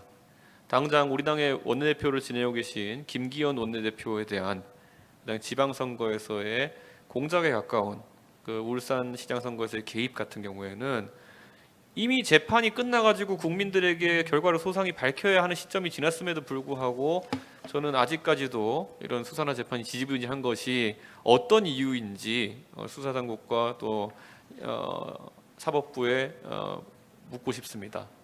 그리고 잘 아시는 것처럼 드루킹 사건이라고 하는 것은 문재인 정부의 정통성에 상당한 흡집을 낼 정도로 아주 위험한 선거의 여론조작 양태였습니다. 저는 그에 더해 가지고 오세훈 시장 선거 때 있었던 일부 유튜버들과 그리고 공영방송의 진행자가 결부되어서 진행했던 생태탕 의혹이라고 하는 것도 저는 어떻게 이렇게 선거 때마다 이런 일이 반복되는지 도대체 믿기지가 않습니다. 그렇기 때문에 이번 선거에서도 저는 그래서 이런 상대의 네거티브 또는 허위 사실을 근거로 한 공격들이 예상되는 지점에 대해 가지고 당내 면역력을 키우기 위해서 사실상 검증단을 두려고 했던 것임을 재차 밝히고 지금이라도 이런 부분에 대해서 저희가 우리 후보들을 사전에 검증하고 또 외부에서 공격에서의 보호를 진행할 수 있는 검증단이 마련됐으면 한다라는 생각을 밝힙니다. 자, 그럼 패널 여러분 이제 다른 추가 질문 없으시면 국민의힘 대선 주자들 이야기 여기서 끝내고요. 이번에 더불어민주당 대선 후보 이야기 넘어가 보겠습니다. 민주당 후보 가운데 지지율 1, 2위 이재명, 이낙연 후보 지금 현재 그렇게 나오고 있죠. 이 두 후보에 대해서 장단점을 한번 평가를 해주시고요. 어쨌든 지금 상황에선 그 두 후보 중에서 한 분과 국민의힘 후보가 지금 맞붙게 되는 상황인데 그런 상황에서 상대하기 어려울 것 같은 후보는 누구인지 한번 이야기를 해주십시오. 저는 이재명 후보와 이낙연 후보 두 분의 색깔이 워낙 다르기 때문에 오히려 민주당에서는 그 선거인단에 참여하시는 분들의 고민이 그렇게 크진 않을 것 같다. 좀 이런 생각을 합니다. 저는 이재명 후보 같은 경우에는 성남시장 시절에서의 어떤 행보를 바탕으로 그 정치적인 지지세가 형성된 것으로 이렇게 보이는데 다만 이제 되묻고 싶은 것은 이재명 후보가 소위 저희가 불교부 단체라고 하죠. 경기도에도 보면은 한 4개, 5개 정도의 기초자치단체가 재정이 풍부한 어떤 자치단체이고 나머지 경기 북부 이런 곳에 가면은 재정 자립도가 매우 떨어지는 그런 지자체들이 있거든요. 당시에 판교의 IT 기업들이 다수 입주하고 그래서 지방 법인세나 이런 것들이 많이 거쳐가지고 뭐 이재명 시장이 뭘 하기도 전에 애초에 세수가 풍족했던 그런 곳에서 했던 다양한 복지 시도라든지 아니면 지원금 행보라든지 이런 것들이 경기도지사가 된 뒤로부터는 아마 많은 분들이 기억하시겠지만은 그 파격성이나 아니면은 규모가 상당히 줄어들었습니다. 아무래도 경기도 전체로 놓고 보면은 재정 자립도나 이런 것들이 그 당시 성남시에 비해서 오히려 못한 부분이 있었기 때문에 그러면 지금 그분의 선거에 나올 때마다 선거의 급수를 높여갈 때마다 공약의 크기는 더 커지거든요. 이제는 대선에 나가면서 뭐 가끔가다 말이 바뀌긴 합니다만은 기본소득 정도까지 이제 염두에 두고 움직이시는 것 같은데 그러면 그분이 과연 합리적인 그런 어떤 재정 정책을 바탕으로 해서 그런 정책을 실현시킬 수 있겠느냐 저는 그런 우려는 있습니다. 예를 들어 그분이 성남시장이 아니라 처음에 재정 자립도가 약간 떨어지는 예를 들어 경기 북부의 포천이나 동두천 시장 등으로 그분이 커리어를 시작했다면은 그런 복지 행보의 대명사처럼 그분이 될 수 있었을까? 그래서 저는 그분은 경기도 지사 시절에 어쨌든 그런 행보부터 선거 과정에서 재평가 받아야 될 부분이 있다. 저는 그런 생각을 좀 하게 되어 있습니다. 그리고 이낙연 전 총리 같은 경우에는 굉장히 인품도 훌륭하시고 저도 훌륭한 분이라는 판단을 하지만은 그분이 사이다 총리로 처음에 청가받으면서 문재인 정부에서 각광을 받기 시작했는데 지금 와서 그 사이다 총리라고 불리면서 조회수가 컸던 영상들을 다시 한번 짚어보면은 사실 야당 의원들한테 굉장히 고자세로 그냥 말씀하신 것이거든요. 그러다 보니까 그분이 총리 퇴임하시고 그때 선거 당선자 신분으로 그런 화재 사고 때 가서 분향소에서 있었던 어떤 그런 자세에 대한 지적이라든지 그런 것들도 이제 나왔던 것으로 생각하는데 그 당시 문재인 정부의 인기가 높았을 때는 사이다 발언이었고 그 당시 지지율이 높았던 문 정부의 지지자들에 대해서 좀 긍정적인 인상을 줬지 모르겠지만은 거꾸로 그 당시 야당 지지자들 입장에서는 그렇게 좋은 기억은 아니었습니다. 그래서 확장성은 아마 좀 생각했던 것보다는 약할 수 있겠다 이런 평가를 저는 하고 있습니다. 자, 그럼 다음 질문으로 넘어가 보겠습니다. 지금 현재 가장 중요한 문제이기도 하고 대선 주자들의 부동산 검증 문제, 김대영 의원이 이어서 하시겠습니까? 네, 국민권익위원회 부동산 거래 전수조사가 대선 주자들의 부동산 검증 문제로 불똥이 튀고 있습니다. 국민의힘이 당 차원에서 민주당보다 선제적으로 대선 주자들 부동산 검증을 할 수 있을까요? 또 부동산 검증을 포함해서 검증단 구성 계획은 어떻게 진행되고 있는지요? 우선 그 당 대표가 이제 사실 산하에 두고 검증단을 설치하는 문제는 사실 지금 굉장히 어려운 상황입니다. 여러 가지 오해를 살 수 있기 때문에 그래서 저는 이 문제야말로 선관위원장이신 정홍원 전 총리께서 결단을 내리시면은 아마 선관위 내에 그런 어떤 검증을 진행하는 소위원회 정도를 둘 수 있지 않을까 그런 생각을 하는데 그러려면 아마 지금 선관위에 있는 그런 구성원보다는 좀 더 이런 조사 업무를 진행할 수 있는 인원 보강이 있어야 되지 않을까 그런 판단을 하고 있고 그것은 최고위 의결 사안이기 때문에 혹시라도 정홍원 선관위원장께서 그런 부분에 대한 협조나 진행을 요청하신다면은 저희가 그 제안을 받아서 진행할 수는 있을 것 같습니다. 다만 다른 형태로 진행하기는 어려운 것이 현실입니다. 자, 그럼 조금 전에 이야기했었던 김종인 전 비대위원장 얘기로도 넘어가 보겠습니다. 예. 김종인 전 비대위원장에 대해서 정치적 기술을 알려준 분이라고 평가를 했던 걸로 기억을 하는데요. 최근에는 김 전 위원장이 사소한 일에 관심을 두지 말아야 한다고 이 대표에게 조언을 하지 않았습니까? 어떻게 받아들이시는지요? 김종인 위원장께서 해온 정치에서 기술이라고 표현한다고 하면은 저는 제가 배운 기술은 가운데점을 잡는 기술입니다. 제가 종종 운동장에 비유하긴 하지만은 운동장에 많은 학생들을 저희가 정렬하려고 하면은 과거에 저희가 애국조회 이런 거 있었을 때 기억하신다면은 먼저 구령대 위에 올라간 선생님이 가장 먼저 하는 것이 너 기준입니다. 근데 그 기준을 잡은 학생이 좋은 위치에 서 있어야지만 좌우로 정렬했을 때 운동장 밖으로 삐져나가지 않고 이게 조회할 수 있는 상태가 됩니다. 근데 김종인 위원장에 대해서 제가 2012년부터 참 탁월하다고 생각했던 지점은 선거를 이기기 위해 가지고 정책적으로 어느 지점에다가 기준을 박아야 되는지를 잘 알고 계신다는 생각이 들었습니다.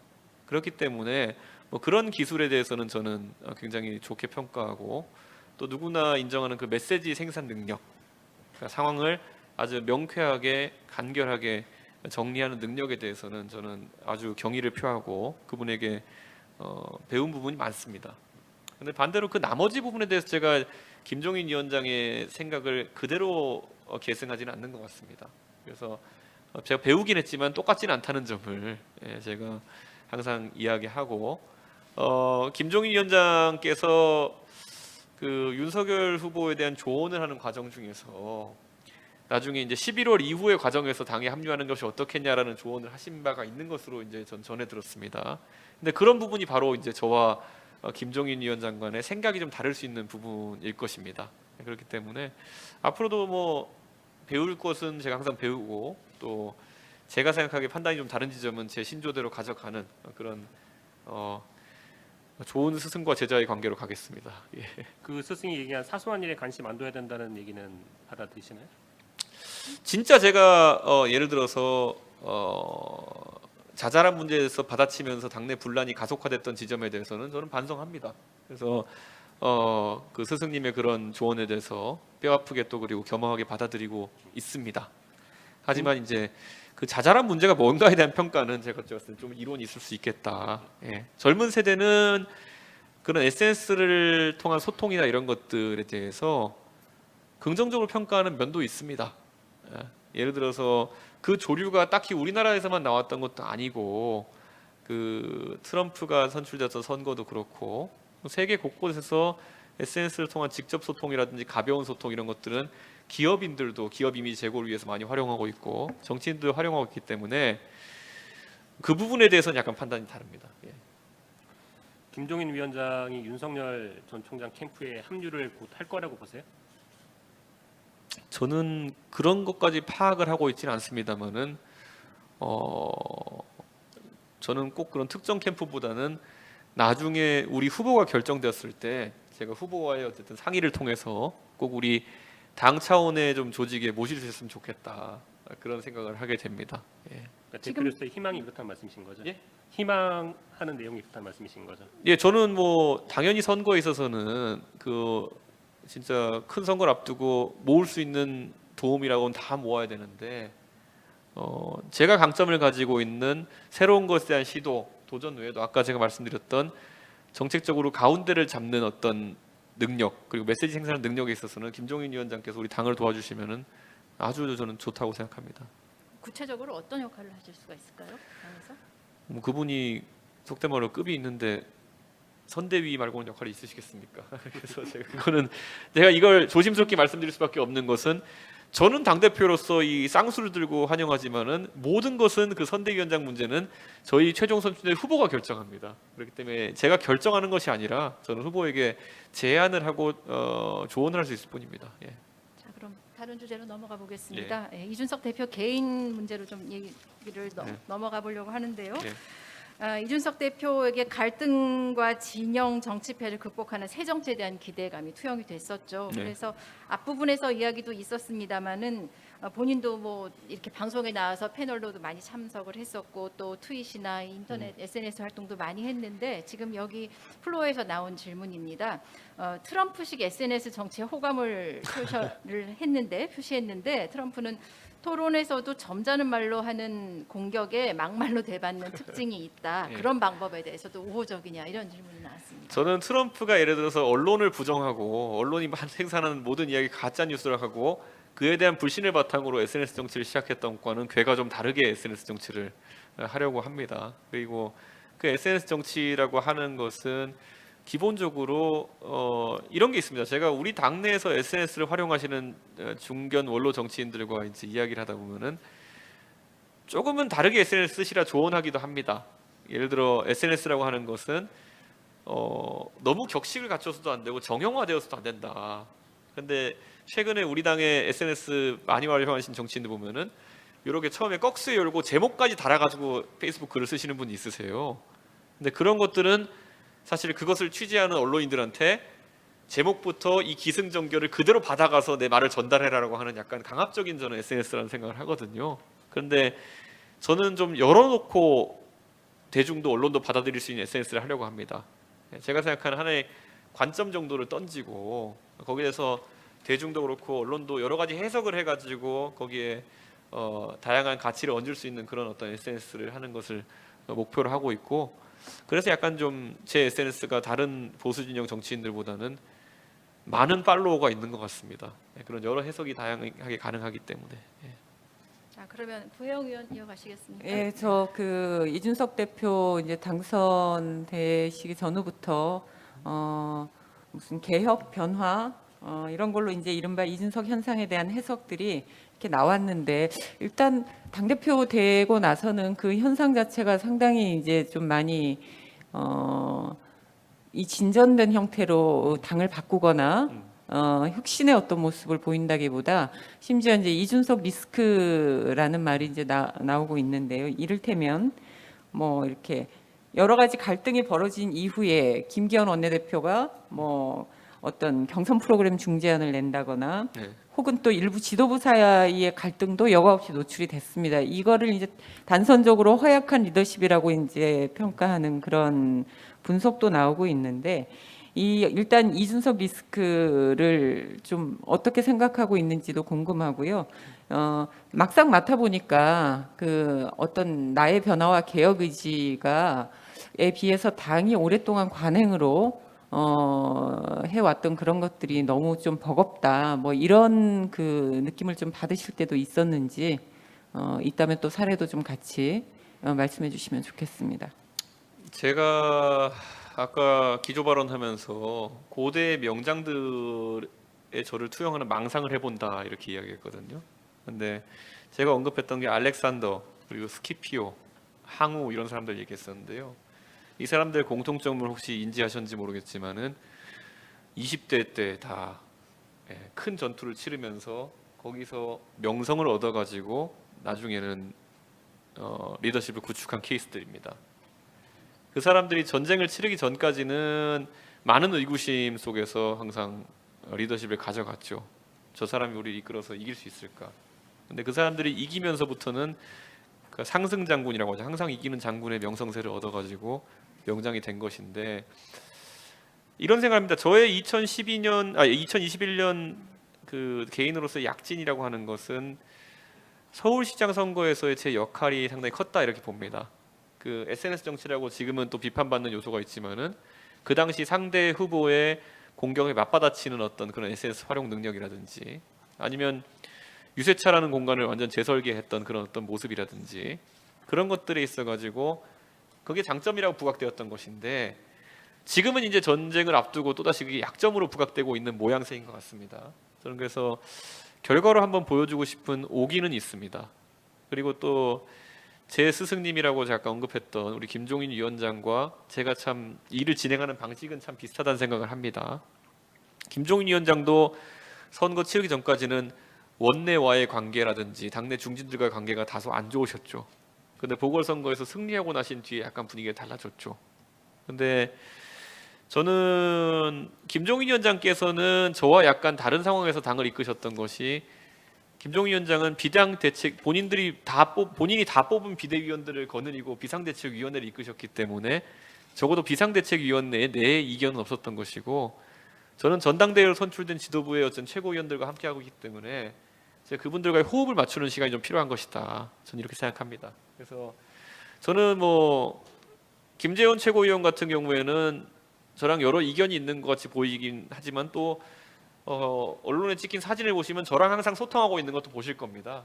그만큼 김재원 의원 같은 경우도 전략적인 사고가 충분한 분이고 그 조수진 최고위원 같은 경우도 언론인으로서 사안을 굉장히 면밀하게 분석하시는 분이고 배현진 최고위원 같은 경우도 굉장히 대중성 있는 대중정치인의 반열에 있는 분이고 정미경 최고위원은 말할 것도 없이 우리 당의 핵심 지지층에게 굉장한 소구력이 있는 분이고 저희가 팀워크 맞춰나가는 과정이고 이거 맞춰지면은 어느 때보다 강력한 지도부가 형성될 것이다 저는 확신합니다. 네, 관련해서 이 대표 본인에 관한 정치에 대해서 여쭤보겠습니다. 그 얼마 전에 원희룡 전 제주지사와 갈등을 벌이던 와중이었는데 그 서로 사이 오간 통화 내용을 공개를 하셨습니다. 네. 근데 그 통화 내용에서 어떤 말이 옳으냐 시시비비를 가리기에 앞서서 상대방과의 오간 내용들을 그대로 공개하는 것이 과연 옳으냐 이것은 그냥 어떤 사소한 일이라기보다는 어떻게 이 대표에게 전화를 해서 흉금을 터놓고 이야기를 할 수 있겠느냐라고 하는 점까지 이어지면서 불신의 정치를 자초했다는 그런 비판을 받았습니다. 불신의 정치는 사실 말씀하시는 어떤 새로운 정치와는 매우 다른 그 후퇴하는 정치라고 여겨지는데요. 거기에 대해서 어떻게 생각하시는지요? 저는 불신의 정치를 위해서 자동 녹음 기능을 활용하지는 않습니다. 그 젊은 세대가 그 기사나 그런 어떤 현상에 대해서 반응했던 것과 좀 그 장년층이 반응했던 것이 극명히 달랐던 것을 느끼는 것이 진짜 뭐 녹취록 이런 얘기가 나오니까 굉장히 음험한 행동이고 이 핸드폰에다 무슨 녹음기를 갖다 대고 이런 걸 연상하시는 분들이 있었던 것 같아요. 그런데 사실 젊은 세대들 사이에서 농담조로 항상 나오는 이야기가 뭐냐면은 내가 아이폰을 살지 갤럭시를 살지 고민하는 이유 이런 거 인터넷에 굉장히 많이 올라옵니다. 근데 보통 그런 특정 브랜드를 얘기해서 죄송하지만은 갤럭시 핸드폰을 사는 이유로 올라오는 글은 뭐냐면은 삼성페이와 녹음 기능이 있다라는 겁니다. 그런 이야기를 하는 젊은 세대가 굉장히 많습니다. 근데 그것은 뭐냐면은 저는 제가 지금 10년 동안 정치해 오면서 저는 안드로이드 폰을 계속 사용해 왔지만은 단 한 번도 그런 녹취의 내용을 바탕으로 해가지고 다른 사람에 대해서 공격을 하거나 이렇게 한 바도 없고 다른 사람을 궁지에 몰아넣으려고 한 적도 없습니다. 그런데 그 처음에 원희룡 지사와의 설전은 저는 당황스러웠던 것이 처음에 중앙일보를 통해 가지고 원희룡 지사께서 저와의 대화에서 이런 내용이 있었다고 하는 것을 그 시간순 배열 형식으로 먼저 언론에 언급을 했습니다.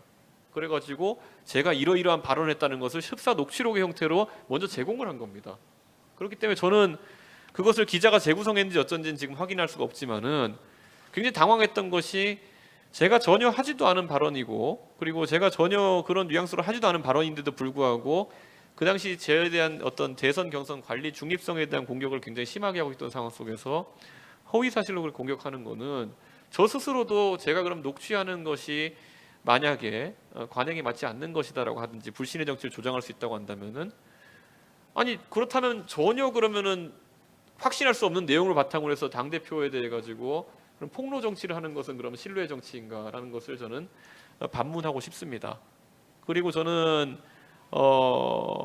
그런 측면에서 당연히 저에게 그런 비판을 가하실 수 있는 부분이 있다고 봅니다. 뭐 앞으로 흉금을 터놓고 이야기할 수 없다 이렇게 얘기하시지만은 저는 지금 적어도 우리 언론인 중에서 그 소위 말진이라고 하는 현장 취재를 하고 있는 젊은 기자들 같은 경우에는 저는 누구나 그 핸드폰의 자동 녹음 기능을 활용하고 있다는 것을 들어서 알고 있습니다. 그런데 그럼에도 불구하고 저는 그분들과 흉금을 터놓고 대화하지 못할 이유가 없습니다. 저는 그래서 그거는 또 다른 형태의 신뢰 구축이지. 저는 오히려 그런 것을 당내에서 폭로전하는 거 있어가지고 굉장히 실망을 했고 그래서 그 뒤로도 저는 그런 어떤 상황에 대해서는 아직도 이해를 하지 못하고 있습니다. 말씀하시니까 조금만 더 붙이자면 네. 그 젊은 말진 기자들이 네. 그 쓰셨던 것 같은 앱을 사용하는 것은 많이 사용한다는 것은 저도 알고 있습니다. 네. 그런데 그걸 A와 B 사이에 오간 내용을 또 C에게 보여주거나 공개하는 것은 다른 차원이라고 하는 것을 다시 한번 이제 알겠습니다. 네. 네, 지금 문재인 대통령의 지지율이 40%로 오르내리는 데는 네. 이 대표의 대여 투쟁이 미흡했다는 지적이 있습니다. 정기국회 이제 문재인 정부의 마지막 정기국회가 개막이 됐고 또 다음 달에는 이제 국정감사도 있을 텐데요. 어떤 전략을 마련해 두고 있는지요? 그 우리가 보통 탁구 선수를 분류할 때 두 가지로 분류합니다. 이 공격형 탁구를 치는 분들이 있고요, 수비형 탁구를 치는 분들이 있습니다. 공격형 탁구를 치는 분들은 이 펜홀더 그립이라고 하죠. 세게 때리면서 이렇게 받아치는 분들이 많았고 수비형 탁구로 하시는 분들은 보통 우리가 이 뒤로 잡고 커트한다고 하면서 스핀을 많이 걸어가지고 그 큰 그립으로 이렇게 잡아서 하시는 분들이 있는데 정치인의 대여 공격 스타일이라는 것도 보통 그렇게 구분이 되게 되어 있습니다. 어떤 분들은 뭐 폭로 정치나 아니면은 강성 공격 발언을 통해 가지고 이렇게 공격형 탁구를 즐기시는 분들이 있고 저는 아마 제가 지금까지 방송을 한 거나 아니면은 서울시장 선거 때 제가 기여하는 걸 본다 하더라도 보통은 수비형 탁구를 치는 스타일입니다. 상대가 비논리적인 발언을 했거나 아니면은 다소 좀 조소받을 만한 이야기를 했을 때 그걸 저만의 해악으로 풀어가지고 되받아치는 역할을 많이 했고 그런 것이 아마 여러분들이 많이 기억하고 있는 오세훈 시장 선거에서 뭐 편의점에서 알바해봤냐라고 민주당에서 공격을 해왔을 때 오세훈 시장은 판잣집에 살았던 거다 하며 사진을 공개한다든지 이런 식으로 이제 스타일이 나오게 되는 것인데 저는 대여 공격에 있어서도 제가 당대표로서 그런 스타일을 유지해 나갈 겁니다. 저는 저격수 생활을 해오지 않은 사람이기 때문에 되지도 않는 공격형 탁구를 했다가 제가 큰 실수할 가능성이 높다 보고 저는 그런 약간 수비형 탁구를 하는 스타일이고 반대로 제가 아까 말했듯이 저희 최고위내에는 그런 공격형 탁구를 치실 수 있는 훌륭한 스킬을 가지신 분들이 많기 때문에 그 업무를 약간 좀 분할해서 생각하려고 하고요. 이 지점은 있습니다. 제가 이 사람은 경험에 지배된다고 제가 처음에 선거를 도왔을 때 이명박 대통령 정부에서 박근혜 후보를 위해서 문재인 후보가 붙었을 때 그 당시 민주당에서 가장 실패했던 것은 선거 막판까지도 이명박 대통령 때리기에만 몰두했다는 것입니다. 그 당시에 이미 많은 국민들은 이명박 대통령에서 박근혜 대통령으로의 전환이 흡사 정권 교체와 같다는 느낌이 들 정도로 이명박 박근혜 두 분의 대통령이 차별화를 했음에도 불구하고 계속 이명박 대통령만 때리고 했던 것이죠. 저는 이번에도 우리가 전략적으로 큰 실수를 하지 않았으면 좋겠던 것이 이미 문재인 정부를 싫어하는 지지층 같은 경우는 견고하게 형성되어 있고 저는 약간의 중간지대에 있는 분들이 이재명 후보라든지 이낙연 후보를 그 대안으로서 흡사 다른 정부인 것처럼 생각하는 지점을 차단해야 된다. 그게 주요 전략이 되어야 된다고 생각하고 있고 그래서 오히려 우리는 민주당의 최종 후보가 누가 된다 하더라도 그분에 대한 어쨌든 검증 또는 공격을 강화하는 것이 아마 주 전략이 되어야 된다. 제가 지금 단언코 말씀드리지만은 이번에 대선 후보가 되는 분 같은 경우에는 문재인 정부와의 차별화를 강하게 시도할 것입니다. 예. 그랬을 때 저희가 같이 그분과 같이 문재인 정부를 때리고 있는 2012년 민주당의 우를 그대로 범하면 안 된다라는 생각으로 저는 선거 준비를 하고 있습니다. 자, 이제 시간이 한 5분 정도 남아서요. 예. 저희가 질문하고 예. 답변을 축약해서 좀 예. 가야 될 것 짧게 같습니다. 정리하겠습니다. 네. 우선 이제 정책 현안으로 넘어가야 될 것 같은데 예. 가장 관심 있는 부동산 문제 예. 질문해 주시죠. 네. 네, 부동산 정책하고 징벌적 과세에 대해서 함께 물어보겠습니다. 네.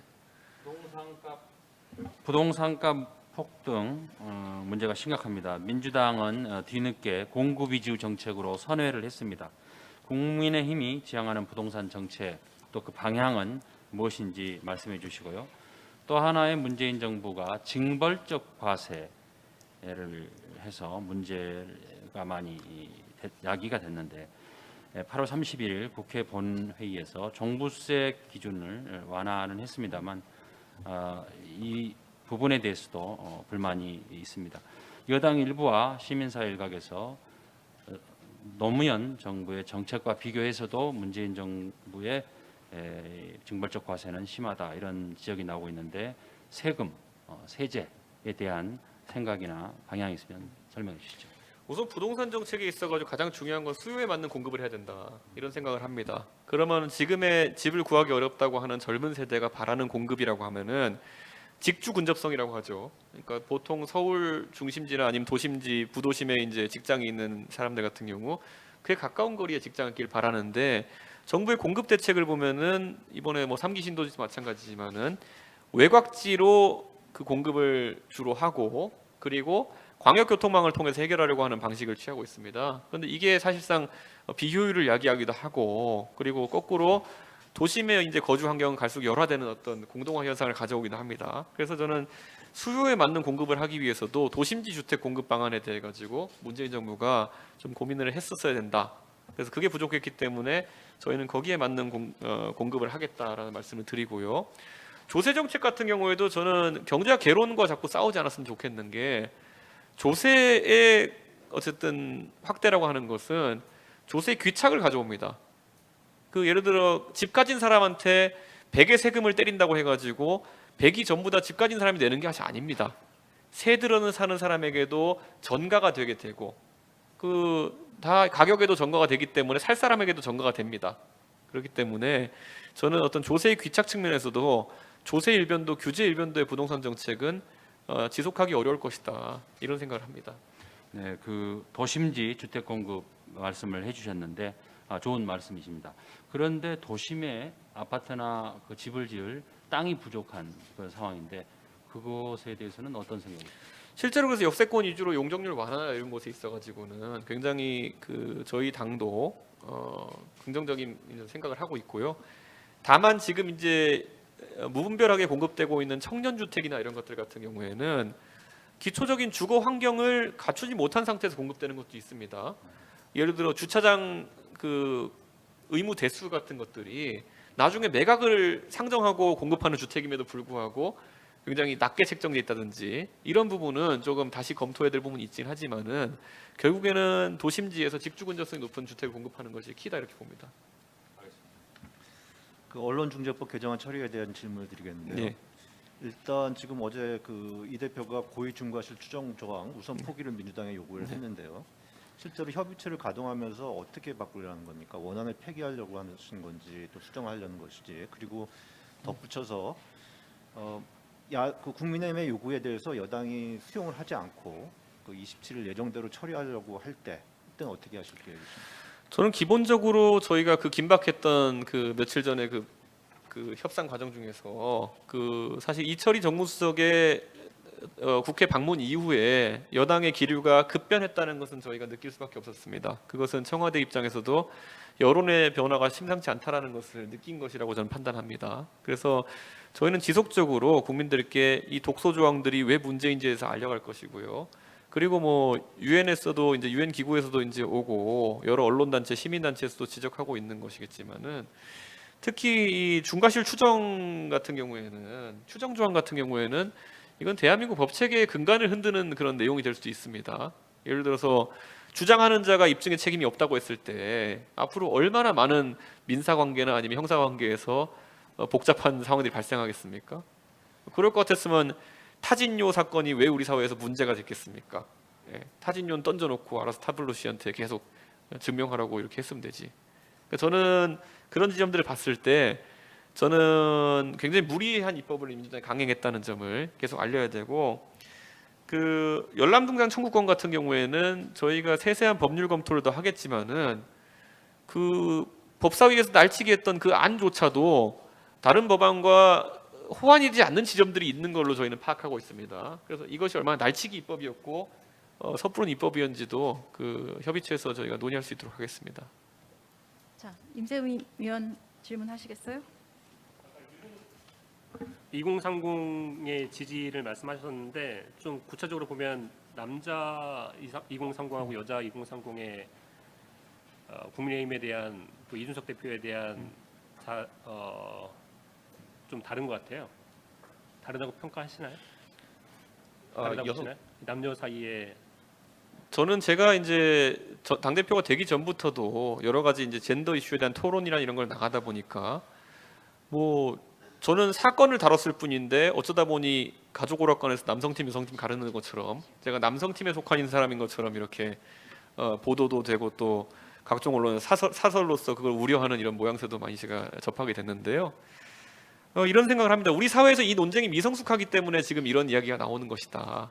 제가 공식적으로 제가 이야기한 것들은 할당제라든지 아니면 시대착오적인 어떤 제도들이라든지 이런 것들에 대한 지적이고, 그리고 또 정부 조직법상 수명을 다한 부처에 대한 어떤 재검토 이런 것들을 언급한 것이거든요. 그런데 이게 진짜 가족 오락관 남성팀 여성팀처럼 꼭 누구는 남성의 편에 한 명 서야 되고 누구는 여성팀에 서야 되고 이런 문제가 아니라는 것을 저는 좀 말씀드리고 싶고, 국민의힘의 지지층이 여성 지지율이 낮게 나온다라고 이제 하면서 우려하시는 분도 있는데, 제가 당 대표가 된 이후에 20대 같은 경우에 뭐 조사마다 다를 수는 있겠습니다. 남성과 여성 공이 지지율이 올랐습니다.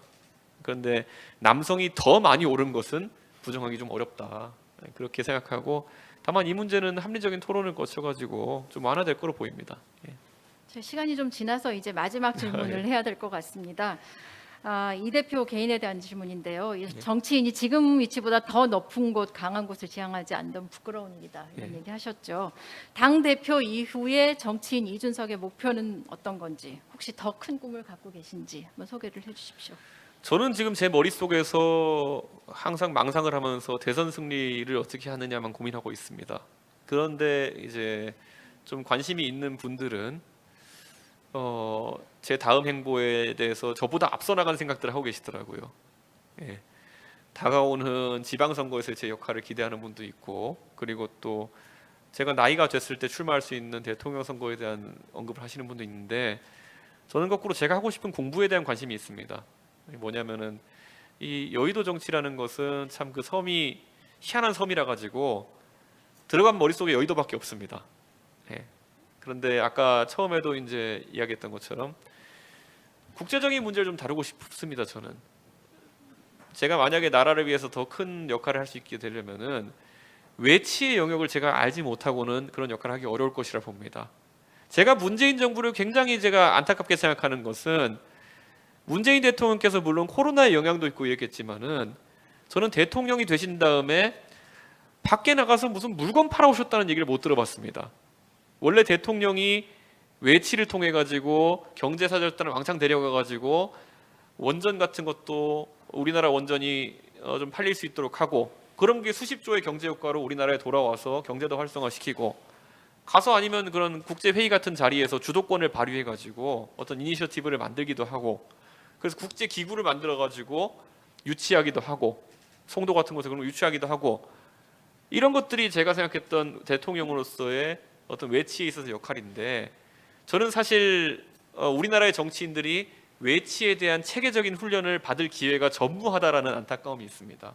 그래서 저는 우리 대통령을 만약에 우리 정부를 만들어서 제가 정부에서 오히려 어떤 특정한 역할이 저에게 주어질 수 있다고 한다면은 외치에 있어서는 정말 공부를 많이 해보고 싶은 생각이 있습니다. 그래서 나중에 외교 문제에 있어서도 어디 가서 부끄럽지 않은 대한민국 또는 항상 우리나라의 경제적 위상이나 다른 국격과 같은 어떤